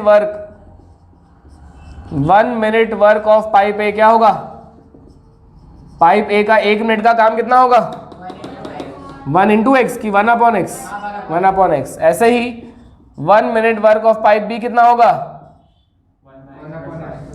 1 minute work of pipe B will be 1/x + 5। यहाँ पे मिनट्स मत लिख देना क्योंकि वर्क है, ठीक है। अब ये दोनों पाइप साथ में मिलके काम कर रहे हैं। ये दोनों पाइप जब साथ में मिलके काम करते हैं तो ये कितने मिनट का काम हुआ दोनों का साथ में? ये 1 मिनट का काम हुआ। 1 मिनट का काम ए का, 1 मिनट का काम बी का, दोनों साथ में 1 मिनट में इतना काम करते होंगे। लेकिन दोनों ही साथ में मिलके हाउ मेनी मिनट्स के लिए काम कर रहे हैं? 11 1/9 मिनट्स के लिए काम कर रहे हैं। मतलब इतने टाइम्स काम बढ़ जाएगा, ठीक है। और इतना अगर होगा तब जाके कितना काम कंप्लीट हो रहा है? एक काम कंप्लीट हो जा रहा है। सिंप्लीफाई करते हैं। 11 1/9 को फ्रैक्शन में कैसे लिखोगे? 100/9। यहाँ पे x टाइम्स x + 5, ये हो जाएगा x + 5 + x is equal to 1। Simplify करते हैं। 9 क्रॉस मल्टीप्लाई, ये भी cross multiply. x + x 2x, 2x into 100 200x, 100 into 5 500 is equal to x into x x² into 9 9x², then x into 5 5x into 9 45x। और ये दोनों ही multiply हो गए 1 से क्रॉस मल्टीप्लाई। सिंप्लीफाई करते हैं सब कुछ right hand side, that is 9x²। 200x उधर जाएगा तो क्या हो जाएगा? नेगेटिव। तो कितना आएगा? 200 में 45 माइनस हो जाएगा ना, 255 नहीं होगा रे, 155 होगा। हाँ x, और ये भी उधर जाएगा तो क्या हो जाएगा? -500 इज इक्वल टू 0। कुछ कॉमन भी नहीं आ रहा लो, और स्प्लिट भी करना पड़ेगा हमें। 9 5 ज़ा 45। ऐसे दो नंबर्स बताओ जिनका मल्टीप्लिकेशन 4500 हो और एडिशन 155 हो। एक नेगेटिव होगा, एक पॉजिटिव होगा। नेगेटिव की वैल्यू ज़्यादा होगी। 4500 आना चाहिए नेगेटिव में मल्टीप्लिकेशन, और 155 आना चाहिए पॉजिटिव में आंसर, सॉरी नेगेटिव में आना चाहिए सम।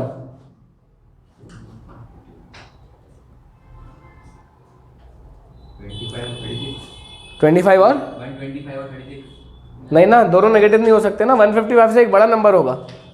180 और 25 करके देखो सर। 18 25 को मल्टीप्लाई करना सर, 18 और 25 को।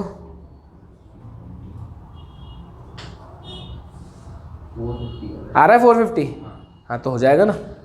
18 और 25 मतलब 180 और 25 में हो जाएगा काम। देखें कैसे। 9x² minus 155 can be written as -180x plus 25x minus 500 is equal to 0। शुरू के दो में कुछ कॉमन आ रहा है? 9 एंड x। क्या बचेगा अंदर? x minus 20। अगले दो में क्या कॉमन लेंगे कि x माइनस 20 बचे? प्लस 25 कॉमन लेंगे ना, इज इक्वल टू 0। तो 9x plus 25 multiplied with x minus 20 is equal to 0। That is x के दो आंसर बताएं, -25/9 और 20। नाउ x जो था वो मिनट्स था, और नंबर ऑफ मिनट्स कभी नेगेटिव नहीं हो सकते, मतलब ये वाली वैल्यू रिजेक्ट। देयरफॉर हम लोग क्या बोलेंगे? Pipe A can fill the tank in how many minutes? Fill the tank in 20 minutes. And pipe B कर देगा इन 25 मिनट्स। अकेले जब ये काम करेंगे तब, ठीक है। ये दोनों क्वेश्चन एक जैसे थे ना। इसमें हमने 1 डे वर्क निकाला था, इसमें हमने 1 मिनट वर्क निकाला। सेम क्वेश्चन नेक्स्ट है, कौन सा? Question number 4। क्वेश्चन नंबर 4 भी कुछ ऐसा है, लेकिन क्वेश्चन नंबर 4 में तुम्हें ध्यान में क्या रखना है? क्वेश्चन नंबर 4 में दोनों पाइप एक साथ काम नहीं कर रहे। देखो समझ जाओगे क्या लिखा हुआ है। To fill a swimming pool, two pipes are used. If the pipe of larger diameter used for 4 hours and the pipe of smaller diameter used for 9 hours. तो क्या दोनों पाइप सेम टाइम के लिए काम कर रहे हैं? नहीं, यहाँ पे जैसे कि सेम टाइम के लिए काम कर रहे थे तो दोनों में बाहर मल्टीप्लाई हो गया था वो, लेकिन यहाँ पे अलग अलग टाइम के लिए काम कर रहे हैं। लार्जर डायमीटर का पाइप 4 घंटे काम करता है, 4 आवर्स, एंड स्मॉलर डायमीटर का पाइप 9 आवर्स काम करता है। तब जाके half of the pool can be filled, मतलब कितना काम कंप्लीट होता है? 1/2 काम कंप्लीट होता है। जैसे कि यहाँ पे दोनों जगह पर 1 वर्क हो जा रहा था ना कंप्लीट, यहाँ पे 1 वर्क नहीं होगा। कितना वर्क होगा? हाफ वर्क होगा कंप्लीट। आगे लिखा हुआ है If the pipe of the smaller diameter takes 10 hours more than the pipe of the larger diameter to fill the pool, find the time taken by both the pipe to fill the pool separately. Start करते हैं. तो हम लोग मान लेते हैं let the time taken by pipe of smaller diameter, इसको pipe ए नाम दे रहा हूं मैं, ठीक है. स्मॉलर डायमीटर का जो पाइप है उसको नाम क्या दे रहे हैं हम लोग, पाइप ए. इसको मान लेते हैं हम लोग ये x आवर्स में time taken by the pipe of smaller diameter to fill the pool is x hours, उसको नाम क्या दिया है, पाइप ए. तो हम लोग लिखेंगे therefore the time taken by pipe of larger diameter, उसको हम लोग नाम देते हैं पाइप बी. क्या हो जाएगा वो, अगर स्मॉलर डायमीटर का पाइप x आवर्स लेता है तो लार्जर डायमीटर का पाइप कितने आवर्स लेता होगा, x माइनस 10. उल्टा कर दिया मैंने क्वेश्चन जानबूझ के, ताकि तुम लोग रटो नहीं हर चीज़ को. देखो ना, स्मॉलर डायमीटर का पाइप ज़्यादा टाइम ले रहा है ना, स्मॉलर डायमीटर का पाइप 10 आवर्स ज़्यादा ले रहा है, तो लार्जर डायमीटर का पाइप क्या करेगा, 10 आवर्स कम लेगा. तो अगर स्मॉलर डायमीटर मान के चलो 20 आवर्स काम करता था अकेले, तो लार्जर डायमीटर वाला पाइप कितना करेगा काम, 10 आवर्स कम करेगा, दैट इज 10 करेगा, दैट इज x माइनस 10 करेगा कि नहीं. सही है. उल्टा भी ले सकते थे, लार्जर पाइप वाले को x लेके और स्मॉलर डायमीटर वाले पाइप को क्या कर सकते थे हम लोग, x प्लस 10. दोनों का डिफरेंस वही है, क्या है, दोनों का एडिशन क्या है, 2x माइनस 10 ही आएगा, या फिर वहाँ से भी. हाँ ठीक है. अब ये बताओ हम लोग क्या निकाले, जैसा पिछले क्वेश्चंस में किया था, हाफ वर्क ऑफ ए. हम लोग 1 आवर वर्क निकालते हैं. 1 hour work of pipe A कितना होगा, 1/x होगा. Similarly 1 hour work of pipe B कितना होगा, it will be 1/x minus 10. Now अब ये बताएं, पाइप ए स्मॉलर डायमीटर का है ना, स्मॉलर डायमीटर का पाइप कितने आवर्स के लिए काम करता है, 9 आवर्स के लिए करता है. तो हमने स्मॉलर डायमीटर का पाइप दिया था पाइप ए नाम. पाइप ए का 1 आवर में वर्क होता है 1/x, तो 9 आवर्स में कितना होगा, 9 times 1/x. Similarly pipe B जो था वो लार्जर डायमीटर का था, और लार्जर डायमीटर का पाइप 1 आवर में करता है काम 1/x माइनस 10, तो 4 आवर्स में कितना करेगा, 4 टाइम्स 1/x माइनस 10. ठीक है. और ये जब दोनों इतने इतने घंटे काम कर लेते हैं, मतलब ऐड हो जाएगा ना, तब जाके कितना काम कंप्लीट होता है, सिर्फ और सिर्फ हाफ काम कंप्लीट होता है. ठीक है. तो देख लो, समझ में आ गया. इसलिए मैं वर्क को क्या बोलता हूँ, 1 लिया करो, अपने आप समझ में आ जाएगा हाफ वर्क कंप्लीट हो रहा है. सिंप्लीफाई करते हैं तो x into x minus 10 will be the LCM. x minus 10 यहाँ पे 9 से मल्टीप्लाई होगा, it will be 9x minus 90, plus x यहाँ 4 से मल्टीप्लाई होगा, that will be 4x is equal to 1/2. What is 9x plus 4x, 13x minus 90, यहाँ पे 2 multiply हो जाएगा, is equal to x square minus 10x, यहाँ 1 से मल्टीप्लाई हो जाएगा, तो एक्स स्क्वायर माइनस 10x. अच्छा 2 इंटू 13x क्या हो जाता है, 26. राइट हैंड साइड जाएगा तो नेगेटिव हो जाएगा, और 2 टाइम्स 90 क्या हो जाएगा, माइनस 180 हो जाएगा, राइट हैंड साइड जाके प्लस 180 हो जाएगा, इज इक्वल टू 0. तो equation is x square minus 36x plus 180 is equal to 0. हो रहा है क्या स्प्लिट, हो जाएगा यार, थोड़ा सोचोगे तो 30 इंटू 6 से हो गया है, बहुत बढ़िया. तो हो जाएगा 30x minus 6x plus 180 is equal to 0. x common, क्या बच रहा है, x minus 30 minus x common, x minus 30 again. तो x के डायरेक्टली 2 वैल्यूज बताओ क्या क्या है, एक है 30 और एक 6 है. कौन सी वैल्यू रिजेक्ट होगी, 6 हो जाएगी, क्योंकि अगर x 6 है तो जो x माइनस 10 हो तो -4 हो जाएगा ना, और -4 आवर्स में कोई काम नहीं हो सकता. तो हम लोग बोलेंगे therefore pipe of smaller diameter takes how many hours, takes 30 years smaller diameter वाले को हमने पाइप पे नाम दिया था और उसी को x दिया था। Similarly pipe of the larger diameter वाला पाइप कितने आवर्स लेगा, इससे 10 आवर्स कम लेगा, that is 20 hours separately to fill the pool completely. ठीक, तीनों क्वेश्चन एक जैसे थे, है ना। ऐसे कितने भी क्वेश्चन आ जाए तुम्हें यही करना है, 1 hour work, 1 minute work, 1 day work, ऐसे कंप्लीट करके हो जाएगा।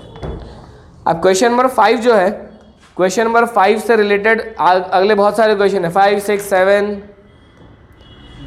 देन 10, ये सब एक जैसे क्वेश्चन है, इजी है, बहुत इजी है। Question number 5, question number 5, a person on tour has rupees 360 for his expense। एक पर्सन टूर पे गया, उसके पास कितने रुपए है, 360 रुपीज़ हैं।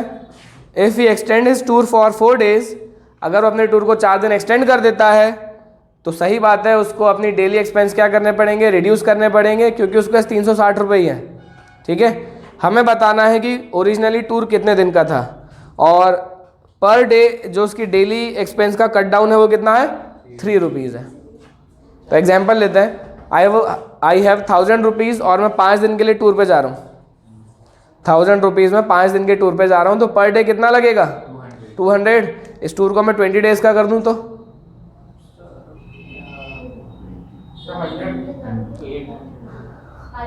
पहले 5 दिन के लिए थे, चलो 20 दिन मत करो, 10 दिन कर दो, हटाओ, तो 100 रुपये लगेगा। ठीक है, तो यही कंसेप्ट पे हम लोग इस क्वेश्चन को करते हैं और यही कंसेप्ट आने वाले 3-4 क्वेश्चन में लगना है। उस समय 50 लगते हैं, है ना। तो यहाँ पे हम लोग बोलते हैं total amount to be spend, total amount कितना स्पेंड करना है, अरे बताओ भाई, सो गए क्या। हाँ, total amount to be spend is rupees 360। तो हम लोग मान लेते हैं, let the original duration of the tour, original duration of the tour is let say x days. अगर एक बंदा 360 रुपये जेब में लेके 360 रुपीज़ लेके x डेज के लिए टूर करने जाएगा, तो यहाँ से बताओ what will be the per day expense. Per day expense कितना होगा, जो अभी तुमने एग्जाम्पल में किया था वही करना है, 360 बाई एक्स, यार x बाई 360 क्यों होगा। पर डे एक्सपेंस कितना होगा, रुपीज 360 अपॉन x। ठीक है इतना। Now the tour is extended, कितने दिन एक्सटेंड हुआ, 4 days। तो हम लोग बोलेंगे therefore now the duration of tour is what, duration of tour अब कितना हो जाएगा, पहले x था तो अब हो जाएगा x + 4 days, यही होगा ना। टोटल अमाउंट जो स्पेंड करना है वो 360 है, तो यहां से बताएं what will be the per day expense. Per day expense कितना होगा अब, 360 अपॉन x + 4 होगा, तो पर डे एक्सपेंस क्या हो जाएगा, कम हो जाएगा ना, कम हो जाएगा, क्योंकि न्यूमरेटर सेम है और डिनोमिनेटर बढ़ गया। जब भी न्यूमरेटर सेम होता है, डिनोमिनेटर बड़ा हो जाता है, तो वैल्यू, टोटल वैल्यू क्या हो जाती है, कम हो जाती है। अब इस पर डे एक्सपेंस और इस पर डे एक्सपेंस का डिफरेंस कितना है, क्वेश्चन में गिवन है ना, कि कितना कट किया उसने पर डे एक्सपेंस को, 3 से किया। ठीक है, तो हम लोग क्या बोलेंगे, जो पहले पर डे एक्सपेंस था कितना था, 360 अपॉन x, उसमें से आपका जो पर डे एक्सपेंस है उसको अगर हम लोग माइनस कर देंगे तो आंसर क्या आने वाला है, 3 आने वाला है ना। बड़ी वैल्यू में छोटी वैल्यू माइनस करोगे तभी तो पॉजिटिव आंसर आएगा। करोगे इसको सिंप्लीफाई, पक्का। अभी करना सिंप्लीफाई, मुझे आंसर बताना। अब सेम क्वेश्चन है क्वेश्चन नंबर 6 भी, डायरेक्टली अपन इक्वेशन बनाते। देखो लिखने का तरीका तुम लोग को आ गया है, इस क्वेश्चन में हमने लिखने का तरीका देख लिया। क्वेश्चन नंबर 6 देखें, ₹6500 were divided equally among a certain number of person. 6500 रुपये कुछ सर्टेन नंबर ऑफ पर्सन्स को हमें क्या करने थे, डिवाइड करने थे। Let's say we are 10 here, हम लोग यहाँ पे 10 पीपल हैं और 6500 rupees 6500 rupees are to be distributed among 10 persons. हर एक बंदे को कितना मिलने वाला है, 650 मिलने वाला है। अब आगे क्या लिखा हुआ है, had there been 15 more persons, अगर 15 लोग और आ जाए, ठीक है, तो हर बंदे को 30 रुपीज़ लेस मिलेगा। तो टोटल बंदे कितने हो जाए, पहले कितने थे 10 थे, अब कितने हो जाए टोटल 25 हो जाए। तो हर बंदे को कितने रुपीज़ लेस मिलेंगे 30। जो पहले 650 मिल रहे थे अब कितने मिलेंगे 620 मिलेंगे। ठीक है, तो यहाँ से इक्वेशन देखो भाई, सबसे पहले ओरिजिनली 6500 रुपीज़ अगर x लोगों में बंटते तो हर एक बंदे को कितना मिलता, जो तुमने किया था 6500 अपॉन x मिलता। लेकिन 15% और आ गए, x नंबर ऑफ पर्सन्स है, तो हर एक बंदे को अब कितना मिलेगा इज इक्वल टू 30। बन गई इक्वेशन। ओरिजिनली अगर x बंदे थे तो 6500 के हिसाब से हर एक बंदे को इतना मिलता, हर एक पर्सन को इतना मिलता। उसके बाद 15% और आ गए, ऑब्वियसली हर एक आदमी को कम मिलेगा, इतना मिलेगा, और जो ज़्यादा मिल रहा था उसमें से जब कम मिला तब दोनों के बीच का डिफरेंस कितना है 30 है ना। सेम तरीके से इक्वेशन बनी है। हाँ, ऐसे हमने time, distance, speed and time में किया था। देखो 7th क्वेश्चन भी ऐसे ही बनेगा। चलो बताओ इक्वेशन क्या बनेगी। A shopkeeper buys a number of books for ₹80. Let the number of books are x. अगर x नंबर ऑफ बुक्स को 80 रुपीज़ में खरीदता है शॉपकीपर, तो हर एक बुक उसको कितने की पड़ेगी 80 अपॉन x की पड़ेगी। ठीक है, हर एक बुक उसको 80 अपॉन x की पड़ेगी, प्लस नहीं माइनस भाई, प्लस क्यों माइनस। हाँ, फिर आगे लिखा हुआ है अगर वो 4 बुक और खरीद ले, ठीक है, books for the same amount, each book would have cost ₹1 less. तो अगर 4 बुक और खरीद लेता है वो इसी अमाउंट में, तो हर एक बुक का प्राइस कम हो जाएगा ना। ठीक है, और जब पर बुक प्राइस जो पहले था उसमें से पर बुक प्राइस जो अभी है कम है, जो उनका डिफरेंस कितना है। बन गई इक्वेशन। देखो ऐसी बनी है। 10th क्वेश्चन देखें। 10th क्वेश्चन नहीं, पहले 10 मतलब एक जैसे क्वेश्चन एक साथ, फिर हम लोग आगे करेंगे। इनके आंसर्स तुम लोग खुद बताओगे अभी। 10th question, if the list price of a toy is reduced by ₹2, a person can buy 2 more toys for ₹360। Total amount कितना है उसके पास 360। ठीक है, तो हम लोग लिखते हैं क्वेश्चन नंबर 10 में, टोटल अमाउंट इज ₹360। हम लोग मान लेते हैं let the person buys x number of toys for ₹360। तो पर टॉय का कॉस्ट कितना हो जाएगा, कॉस्ट पर टॉय कितना हो जाएगा ₹360 अपॉन x, यही होगा ना ओरिजिनली। अब क्वेश्चन में क्या बोला गया है, अगर the list price of the toy is reduced by ₹2, a person can buy 2 more toys for ₹360। अगर list price of the toy, मतलब टॉय में जो प्राइस लिखा हुआ है वो ₹2 से कम हो जाए, तो नंबर ऑफ टॉयज क्या हो जाएंगे, कितने हो जाएंगे 2 बढ़ जाएंगे। ठीक है, तो हम लोग लिखते हैं if the list price is reduced by ₹2, तो number of toys we can buy, number of toys we can buy is number of toys is x + 2। तो देयरफॉर कॉस्ट पर टॉय अब कितना हो जाएगा, कॉस्ट पर टॉय हो जाएगा ₹360 upon x + 2। सही, इतना सही है। अब ये बताओ, ये है कॉस्ट पर टॉय, ये भी है कॉस्ट पर टॉय, और दोनों ही कॉस्ट पर टॉय में कितने रुपीस का डिफरेंस है, ₹2 का डिफरेंस है। बस हमें निकालना है कि इनमें से बड़ी वैल्यू कौन सी होगी। तो 360 अपॉन x ज़्यादा बड़ी वैल्यू है कि 360 अपॉन x + 2, 360 अपॉन x ज़्यादा बड़ी वैल्यू है। दैट मीन्स 360 अपॉन x से 360 अपॉन x + 2, अगर हम लोग 360 अपॉन x + 2 को माइनस कर दें, बड़ी हुई वैल्यू में से कम हुई वैल्यू को माइनस करें, तो कितनी वैल्यू कम हुई थी पर टॉय, ₹2 कम हुई थी ना। पहले अगर वो ₹20 का था तो अब वो कितने रुपए का हो जाएगा, ₹18 का हो जाएगा।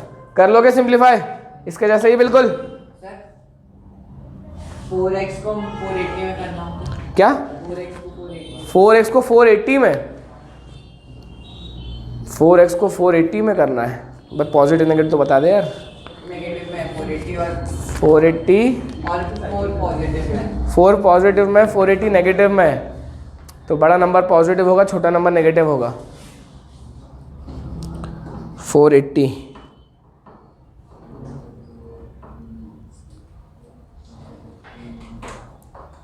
48 और 4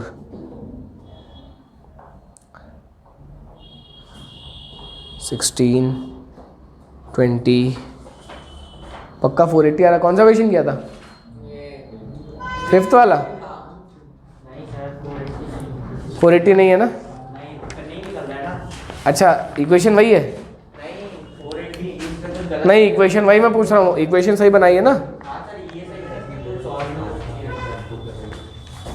चलो देखते हैं, भी करते हैं ना, तुम लोग करोगे ना। हम लोग आते हैं क्वेश्चन नंबर, कौन से क्वेश्चन पे आ जाएं अब? 11th पे आते हैं। 11th बढ़िया क्वेश्चन है, इसको भी सॉल्व करना है। कौन सा करेंगे? करेंगे हम लोग 8th भी करेंगे। 8 तो बढ़िया क्वेश्चन है वैसे भी, 9 तो मेरा फेवरेट है वैसे भी। 10th 11th फिर 12th 13, 4 क्वेश्चन बचेंगे बस। तो 11th तो कर ले हम लोग पहले। देखें 11th क्वेश्चन में बोला है, in a class test the sum of the marks obtained by P in mathematics and science is 28। कोई भी स्टूडेंट है पी नाम का, उसको मैथ्स टेस्ट और साइंस टेस्ट में मिला के ऐड करके जो मार्क्स आए वो कितने आए? 28। हम लोग मान लेते हैं let number of marks in mathematics is x। चलो बताओ number of marks in science कितने हो जाएंगे? Number of marks in science will be 28 minus x। अगर मैथ्स में x मार्क्स है तो साइंस में कितने मार्क्स हो जाएंगे? 28 माइनस x हो जाएंगे। तभी तो इन दोनों को जब सम करेंगे तो आंसर 28 आएगा, है ना? अब आगे लिखा हुआ है, had he got 3 marks more in mathematics. 3 marks more in mathematics, x plus 3 and 4 marks less in science. Science में पहले कितने थे? 28 माइनस x और फिर माइनस 4। तब जो मार्क्स का प्रोडक्ट होगा, प्रोडक्ट कर दिया ना मैंने यहाँ पे, तब जो मार्क्स का प्रोडक्ट होगा दैट वुड बी 180। करोगे सिंप्लीफाई? हाँ करना इसको भी, यही है क्वेश्चन, बस बन गई क्वेश्चन। 13th क्वेश्चन, इतनी जगह है तो 13th भी बन ही जाएगा। 13th क्वेश्चन देखें क्या है। 12th भी करेंगे सारे, ठीक है। At t minutes past 2 PM, at t minutes past 2 PM का मतलब क्या है? यानी टी मतलब 12 या 1 बजे रहता है। 2:15 को क्या बोलोगे? 2:15। 15 minutes past 2 बोलोगे, सवा तो बोलोगे सही है, 2:15 बोलोगे वो भी सही है। इस लैंग्वेज में क्या बोलोगे? 15 minutes past 2, मतलब 15 मिनट्स ज़्यादा हो चुके हैं और 2 जो है वो पास्ट हो चुका है, 2 जो है वो पीछे छूट चुका है। कितना पीछे छूट चुका है? 15 मिनट पीछे हो चुका है, ठीक है। ऐसे ही बताओ 7:40 हो रहे हैं तो क्या बोलोगे? 40 मिनट्स पास्ट 7, ठीक है। 40 मिनट्स हम लोग आगे आ गए हैं 7 से, 40 मिनट्स पास्ट हो चुका है 7। तो यहाँ पे लिखा हुआ है 2 minutes past t minutes past 2 PM, मतलब 2:03 हो रहे होंगे टाइम, 2:03 हो रहा होगा ना टाइम। आगे लिखा हुआ है the time needed by the minute hand of the clock to show 3 PM was found to be 3 minutes less than t² by 4 minutes। चलो छोड़ो इसको, ये बताओ अगर 15 मिनट्स पास्ट 2 लिखा हुआ है, 15 मिनट्स पास्ट 2 लिखा हुआ है तो टाइम कितना हो रहा है? 2:15। नाउ कितने मिनट्स बाकी हैं 3 बजने में? 45 बाकी हैं। तो हमने क्या किया? 60 में से 15 को माइनस कर दिया। तो यहाँ पे यही लिखा हुआ है क्वेश्चन में, क्वेश्चन नंबर क्या 13 है ना, at t minutes past 2 PM the time needed, the time, या फिर मैं बोल देता हूँ, अच्छा चलो टाइम लिख लेते हैं। The time needed for 3 PM will be 60 minus t minute. सही लिखा है कि गलत लिखा है? कोई भी एग्जांपल लेके करोगे सब में एप्लीकेबल होगा कि नहीं? अगर 2:40 हो रहा है तो, अगर 2:40 हो रहा है तो हमें कितने मिनट्स और चाहिए 3 बजाने के लिए? 20 मिनट चाहिए। तो 60 माइनस 40 कितना होता है? 20 होता है। 2:05 अगर हो रहा है तो टी की जगह क्या हो जाएगा? 5 हो जाएगा, तो 55 मिनट्स चाहिए, सही है। तो 2:03 अगर हो रहा है, मतलब 3 मिनट्स आगे निकल गए हम लोग 2 PM से, तो हम लोग को अगर 3 बजाने हैं तो इतने मिनट्स चाहिए होंगे।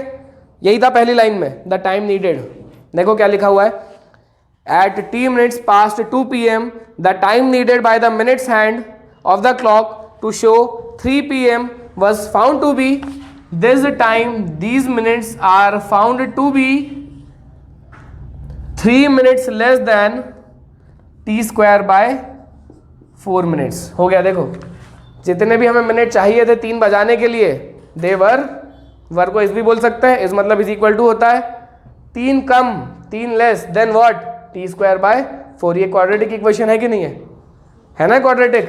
क्रॉस मल्टीप्लाई करो, पहले एलसीएम लो, तो ये 4 मल्टीप्लाई हो जाएगा तो 240 minus 40 is equal to t square minus 12। पहले एलसीएम लेना पड़ेगा फिर क्रॉस मल्टीप्लाई, है ना? तो 4 3 12 होगा। फाइनल इक्वेशन क्या बनेगी? T square plus 40 minus 252 is equal to 0। इसको भी तोड़ना और बताना आंसर क्या है। तो चलो शुरू हो जाओ जल्दी से। अब 3-4 क्वेश्चन और जो बच्चे वो करेंगे, पहले इन सभी क्वेश्चंस के आंसर दो। शुरू करो। आ गए ना आंसर? आ गए। 6 का क्या आया? 50 x बराबर 50। 5th का 20। 7th का 16। 10th का 18। x बराबर 18। 11th अभी किया नहीं, इन प्रोसेस, इन ट्रांजिट। ठीक है, ये सब लिख लिया ना पूरा? 2-3 क्वेश्चन। हाँ 2-3 क्वेश्चन ही बाकी हैं अब।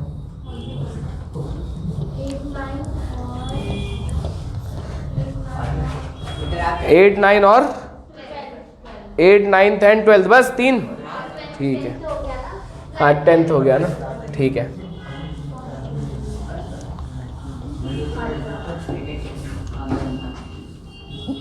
किसी को पता है इंटरेस्ट के बारे में? अरे compound interest, simple interest 8th class में पढ़ा था ना? हाँ भूल गए? बार बार जो अमाउंट है वो प्रिंसिपल बन जाता है हर साल। वैसे ही क्वेश्चन है, क्वेश्चन नंबर 8। क्वेश्चन नंबर 8 देखें। A factory kept increasing its output by the same percentage every year. एक कंपनी अपने आउटपुट को सेम परसेंट से हर ईयर क्या करती जाती है? इंक्रीज करती जाती है। आगे लिखा हुआ है find the percentage if it is known that the output is doubled in the last 2 years. अब ये बताओ यहाँ पे कंपाउंडिंग हो रही होगी कि सिंपल इंटरेस्ट लग रहा होगा? और सोच के बोलना। हर साल सेम परसेंट से कंपनी अपने आउटपुट को बढ़ाती है। हर साल सेम परसेंट से कंपनी अपने आउटपुट को बढ़ाती है, तो बताओ कंपाउंड इंटरेस्ट। क्यों हो रहा है? देखो मान के चलो फर्स्ट ईयर में, एग्जाम्पल लेके चलते हैं ना, फर्स्ट ईयर में कंपनी 100 आर्टिकल्स प्रोड्यूस करती होगी। कितने? 100। और हर साल ये अपने प्रोडक्शन को 10% बढ़ाती है। ठीक है, तो at the start of the first year let's say the principal that is the base amount is the base number which is produced is 100। तो 10% इंक्रीज होने के बाद फर्स्ट ईयर की एंड में कितने आर्टिकल्स प्रोड्यूस हुए होंगे? 110। और फिर से 10% बढ़ेगा तो 110 का 10% कितना होगा? 11 हो जाएगा ना? 11 हो जाएगा। तो सबसे पहले 10% कितना था? 10 ही था। इस बार 10% कितना? 11 है। ठीक है, मतलब क्या हो रहा है? कंपाउंडिंग हो रहा है ना, क्योंकि हर ईयर की एंड में जो अमाउंट है वो क्या बन जा रहा है? नेक्स्ट ईयर का प्रिंसिपल बन जा रहा है। यही हो रहा है। तो बस कंपाउंड इंटरेस्ट का फॉर्मूला अगर आता है तो काम हो जाएगा। क्वेश्चन नंबर 8 ना, हम लोग मान लेते हैं लेट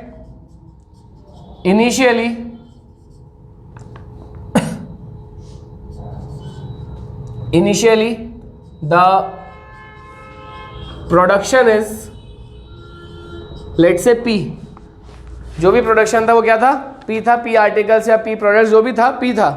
ठीक है ना, हम लोग मान लेते हैं let the percentage increase in the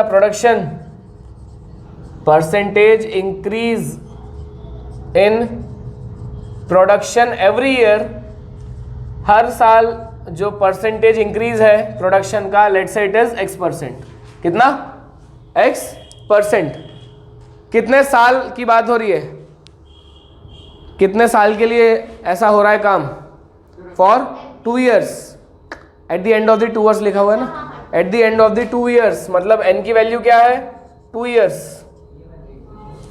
n की value is 2 years, the production is doubled, तो हम लोग बोलेंगे production after 2 years at x% increase पे प्रोडक्शन 2 साल में क्या हो जा रहा है, डबल हो जा रहा है, double of the initial production. यही लिखा है कि नहीं लिखा, बताओ, जो भी इक्वेशन है, मतलब जो भी क्वेश्चन है, यही लिखा है कि नहीं लिखा, कि 2 साल में जो भी प्रोडक्शन हो रहा है x% इंक्रीज के हिसाब से वो डबल हो जा रहा है इनिशियल प्रोडक्शन का।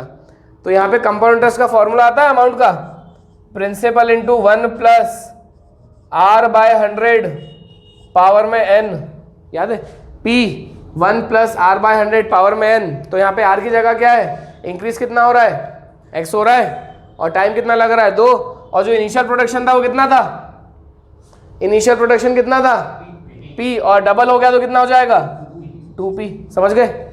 तो बचे p से p हो गया कैंसल्ड आउट। अब जो बचा हुआ है वो क्वाड्रेटिक इक्वेशन ही तो है, सिंप्लीफाई करता है, a प्लस बी का होल स्क्वायर अप्लाई करो, a square that is 1 plus b square that is x/10,000, 1 के बाद 4 0 प्लस 2ab, तो 2 times x/100 is equals to 2 का स्क्वायर क्या हो जाएगा, अच्छा 2 का स्क्वायर क्यों करना है, 2 ही रहेगा ना, इस 1 को उधर भेज दो, इस 1 को उधर भेजेंगे तो क्या हो जाएगा, अबे 1 हो जाएगा ना, यहाँ पे एलसीएम क्या आएगा 10,000 ही आएगा ना, this will be x plus this will be 200x is equals to ये 2 एज इट इज, और ये 1 उधर चला गया, ये 10,000 इस 1 से मल्टीप्लाई होके क्या मिल जाएगा, हाँ x square plus 200x is equals to 10,000, तो x square plus 200x minus 10,000 is equal to 0 is the quadratic equation. ऐसे दो नंबर्स जिनका मल्टीप्लिकेशन माइनस 10,000 हो और एडिशन प्लस 200 हो, पॉसिबल नहीं है, पॉसिबल है, 100 एंड 100 अगर लेगा तो माइनस कहाँ से आएगा, मल्टीप्लिकेशन, -100 तो मल्टीप्लिकेशन पॉजिटिव हो जाएगा और ये भी नेगेटिव हो जाएगा, नहीं है, पॉसिबल नहीं है ऐसे नंबर, तुम जितना ट्राई कर लो पॉसिबल नहीं है। तो यहाँ पे अप्लाई करो क्वाड्रेटिक फार्मूला, अप्लाई करो, b की वैल्यू तो ये हो जाएगा -b प्लस माइनस b का स्क्वायर, 200 का स्क्वायर 4,000 की 40,000 माइनस 4, a की वैल्यू 1, c की वैल्यू ये है ना कितना, minus of 10,000 upon 2a that is 2 times 1, तो x will be equals to -200 plus minus ये हो जाएगा 40,000, नेगेटिव नेगेटिव प्लस हो जाएगा, फिर से हो जाएगा 40,000, और ये रूट के अंदर है, अपॉन में क्या आ जाएगा 2, 40,000 प्लस 40,000 क्या होता है, कितना होता है 80,000, तो ये हो जाएगा 80,000 का रूट अपॉन 2। अच्छा 8 का रूट आता है, व्हाट इज रूट ऑफ 8, 2√2, तो ये हो जाएगा -200 प्लस माइनस, देखिए 8 का रूट हो जाएगा 2√2, ठीक है, और बचेगा 10,000 का रूट क्या होता है 100 अपॉन रूट निकाल दिया हमने अपॉन 2 कॉमन निकाल के कैंसिल आउट हो जाएगा, बचेगा -100 प्लस माइनस 100 √2 अपॉन 1, क्योंकि 2 हो गया कैंसिल आउट, एक बार पॉजिटिव लोगे एक बार नेगेटिव लोगे, taking the positive sign, taking positive sign, जो x मिलेगा वो क्या मिलेगा देखना, -100 प्लस 100 √2, तो x will be equals to 100 common, अंदर बचेगा √2 माइनस 1। अच्छा √2 की वैल्यू पता है 1.3 नहीं, 1.4142 माइनस 1, माइनस करो 0.41 तो ये हो जाएगा 100 टाइम्स 0.4142। जब 100 मल्टीप्लाई हो जाएगा तो कितना हो जाएगा 41.42। That is the increase in the production is what 41.42। Negative sign लेंगे तो क्या होगा, ये भी नेगेटिव ये भी नेगेटिव, आंसर नेगेटिव आएगा। अगर आंसर नेगेटिव आ गया तो क्या परसेंटेज इंक्रीज कभी नेगेटिव हो सकता है, नहीं हो सकता। अगर परसेंटेज इंक्रीज नेगेटिव हो गया तो परसेंटेज डिक्रीज हो जाएगा ना, इसलिए नेगेटिव साइन वाले को क्या करोगे, रिजेक्ट करोगे, क्यों नेगेटिव आएगा। नाउ नेक्स्ट क्वेश्चन करते हैं। बस कंपाउंड इंटरेस्ट का फॉर्मूला लगा था और कुछ भी नहीं लगा था। नेक्स्ट के 2 क्वेश्चंस बढ़िया क्वेश्चन है, देखें।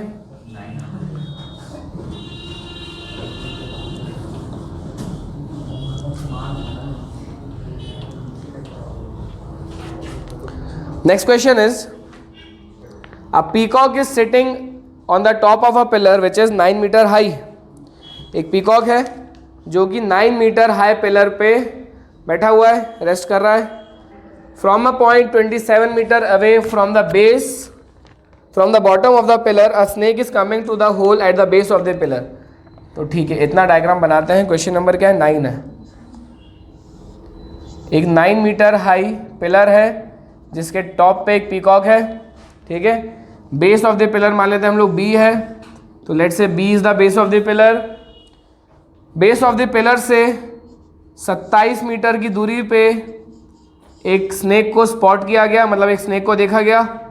और वो स्नेक क्या कर रहा है, वो स्नेक अपने होल की तरफ आ रहा है, वो स्नेक अपने होल की तरफ आ रहा है। और होल कहाँ है, at the base of the pillar. Hole कहाँ पर है, बिल्कुल ज़मीन में, ग्राउंड में, बेस ऑफ द पिलर पे उसका होल है। आगे क्या लिखा हुआ है देखते हैं। आगे लिखा हुआ है seeing the snake the peacock pounces on it. Seeing the snake the peacock pounces on it, मतलब स्नेक को जैसे उसने देखा पीकॉक ने, तो स्नेक की तरफ झपट्टा मारने के लिए कूद गया। कौन कूदा, स्नेक की पीकॉक, पीकॉक कूद गया। कहाँ कूदेगा, ज़मीन में कि हवा में, ज़मीन पे कूदेगा, ठीक है। आगे देखते हैं। At what distance from the hole, वो W लिख दिया होल में, वो W हटा दो, HOLE वाला होल होना चाहिए ना, WHOLE लिखा हुआ है शायद उसमें, है ना। तो लिखा हुआ है at what distance from the hole the snake is caught if the speeds are equal. This is very important, sheet में ही अंडरलाइन कर लो, द स्पीड्स आर इक्वल। मतलब जिस स्पीड से स्नेक होल की तरफ आ रहा है उसी स्पीड से पीकॉक स्नेक की तरफ कूदा है, ठीक है। होल यहाँ पर है ना, बेस पे, बेस पर है होल, क्योंकि ये बेस की तरफ आ रहा है, एरो दिया है ना अपन ने। तो ये बताओ मुझे, जब पीकॉक ने स्नेक को देखा तो स्नेक होल से कितनी दूरी पर था, 27 मीटर की दूरी पे था, है ना। पीकॉक यहाँ से उड़ी मार के आया और स्नेक इधर जा रहा है। दोनों ही सेम स्पीड से ट्रैवल करेंगे और सेम टाइम के लिए ट्रैवल करेंगे कि नहीं, क्योंकि जब इसने देखा तभी तो इसने ट्रैवल करना स्टार्ट किया, और जब इसने इसको देखा स्नेक को तभी कितना दूर था, 27 मीटर्स दूर था। तो हम लोग बोलते हैं कि भाई जो पॉइंट, मतलब जो पीकॉक है, ये पॉइंट सी पे जाएगा कि थोड़ा अंदर आएगा, थोड़ा सा अंदर ही आएगा। अगर वो पॉइंट सी पे कूद जाएगा तो स्नेक तो भाग जाएगा ना, क्योंकि आगे निकल आएगा स्नेक।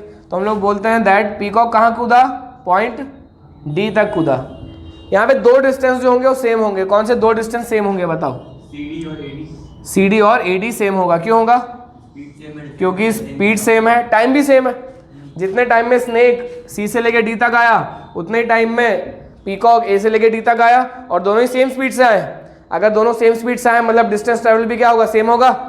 मतलब अगर हम लोग बोलते हैं कि CD जो लेंथ है उसको हम लोग मान रहे हैं x मीटर्स, तो what will be AD length, it will be x metres as well. मानते हो, पक्का, ठीक है। बकवास लिख दोगे, सारी इंग्लिश जो भी लिखनी है सब लिख दोगे ना। ए पे कौन है, पीकॉक है, ए पे पीकॉक है, और सी पे जो वो स्नेक है, और इस पॉइंट पे जो है वो पीकॉक ने स्नेक को क्या कर लिया, कैच कर लिया, कैच कर लिया इस पॉइंट पे, है ना। तो अब बाकी सब कुछ लिख सकते हो। अब ये बताओ बचा हुआ जो BD डिस्टेंस होगा वो कितना होगा, 27 माइनस x हो जाएगा। अब इस ट्राइंगल में क्या लगा सकते हो, बन जाएगी इक्वेशन। तो क्या लगेगी, Pythagoras theorem, that 9 square plus 27 minus x का whole square will be equals to x का स्क्वायर। सिंप्लीफाई करना, आंसर आ जाएगा, ठीक है। तो बस समझने का क्वेश्चन था ये। एक और क्वेश्चन करते हैं, last question 12th। A cottage industry produces a certain number of articles in a day. But 13 पे भी करना। अभी तो किया भाई। A cottage industry produces a certain number of pottery articles in a day. It was observed on a particular day that the cost of production of each article was 3 more than twice the number of articles produced on that day. एक line में बहुत कुछ दे दिया है। क्या लिखा हुआ है? The cost of each article produced at that day is equal to 3 more than twice the number of articles produced at that day. अगर एक दिन में x आर्टिकल्स प्रोड्यूस होंगे तो हर एक आर्टिकल का कॉस्ट कितना होगा? 3 मोर than twice the number of articles. तो हर एक आर्टिकल का कॉस्ट क्या हो जाएगा? x अपॉन 2 नहीं, ट्वाइस द नंबर लिखा है 2x प्लस 3। तो हम लोग यहाँ लिखते हैं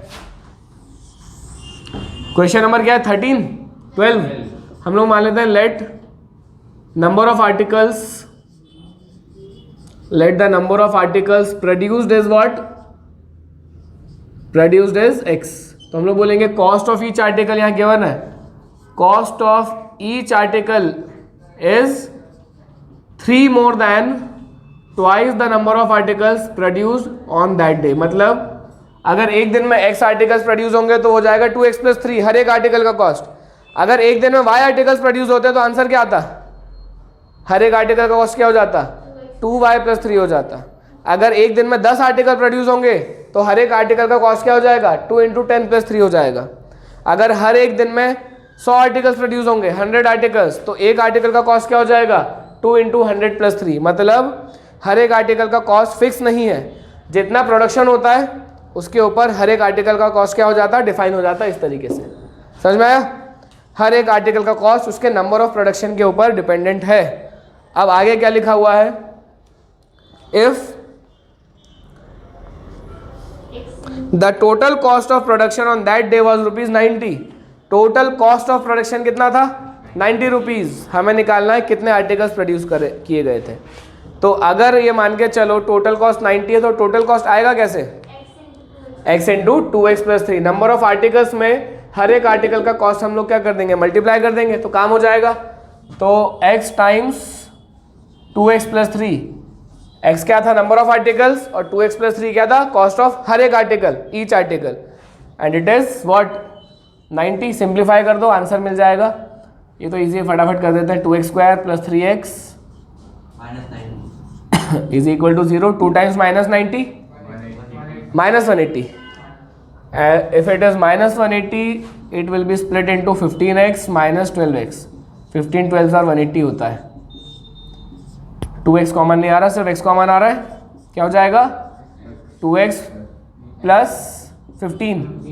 अगले दो से क्या कॉमन निकालें कि 2x प्लस 15 बचे? देखो 2x देख लो बस, माइनस 12x में 2x बनाना है, क्या कॉमन आएगा? माइनस 6 कॉमन आएगा, और 6 15 90 होता है। x की दो वैल्यूज बता दें, माइनस 15/2 और 6। माइनस 15/2 रिजेक्ट हो जाएगा क्योंकि x क्या था? नंबर ऑफ आर्टिकल्स, और नंबर कभी नेगेटिव नहीं हो सकता या फ्रैक्शन में नहीं हो सकता। तो answer is x is equal to 6। मतलब उस दिन कितने आर्टिकल्स बने थे? उस दिन बने थे 6 आर्टिकल्स, और हर एक आर्टिकल का कॉस्ट क्या हो जाएगा? 15 रुपये। 6 इंटू 15 आ जाएगा 90। ठीक है, तो उस दिन बने थे 6 आर्टिकल्स। इसका भी आंसर निकालो। तो हो गया अपना क्वाड्रेटिक इक्वेशन लो खत्म फाइनली। ज़्यादा क्लास भी नहीं लगी, और लंबी लंबी क्लासेस ली थी ना। तो लिख लो अब। टाइम सोच के ही बोला था भाई मैंने 5 बजे।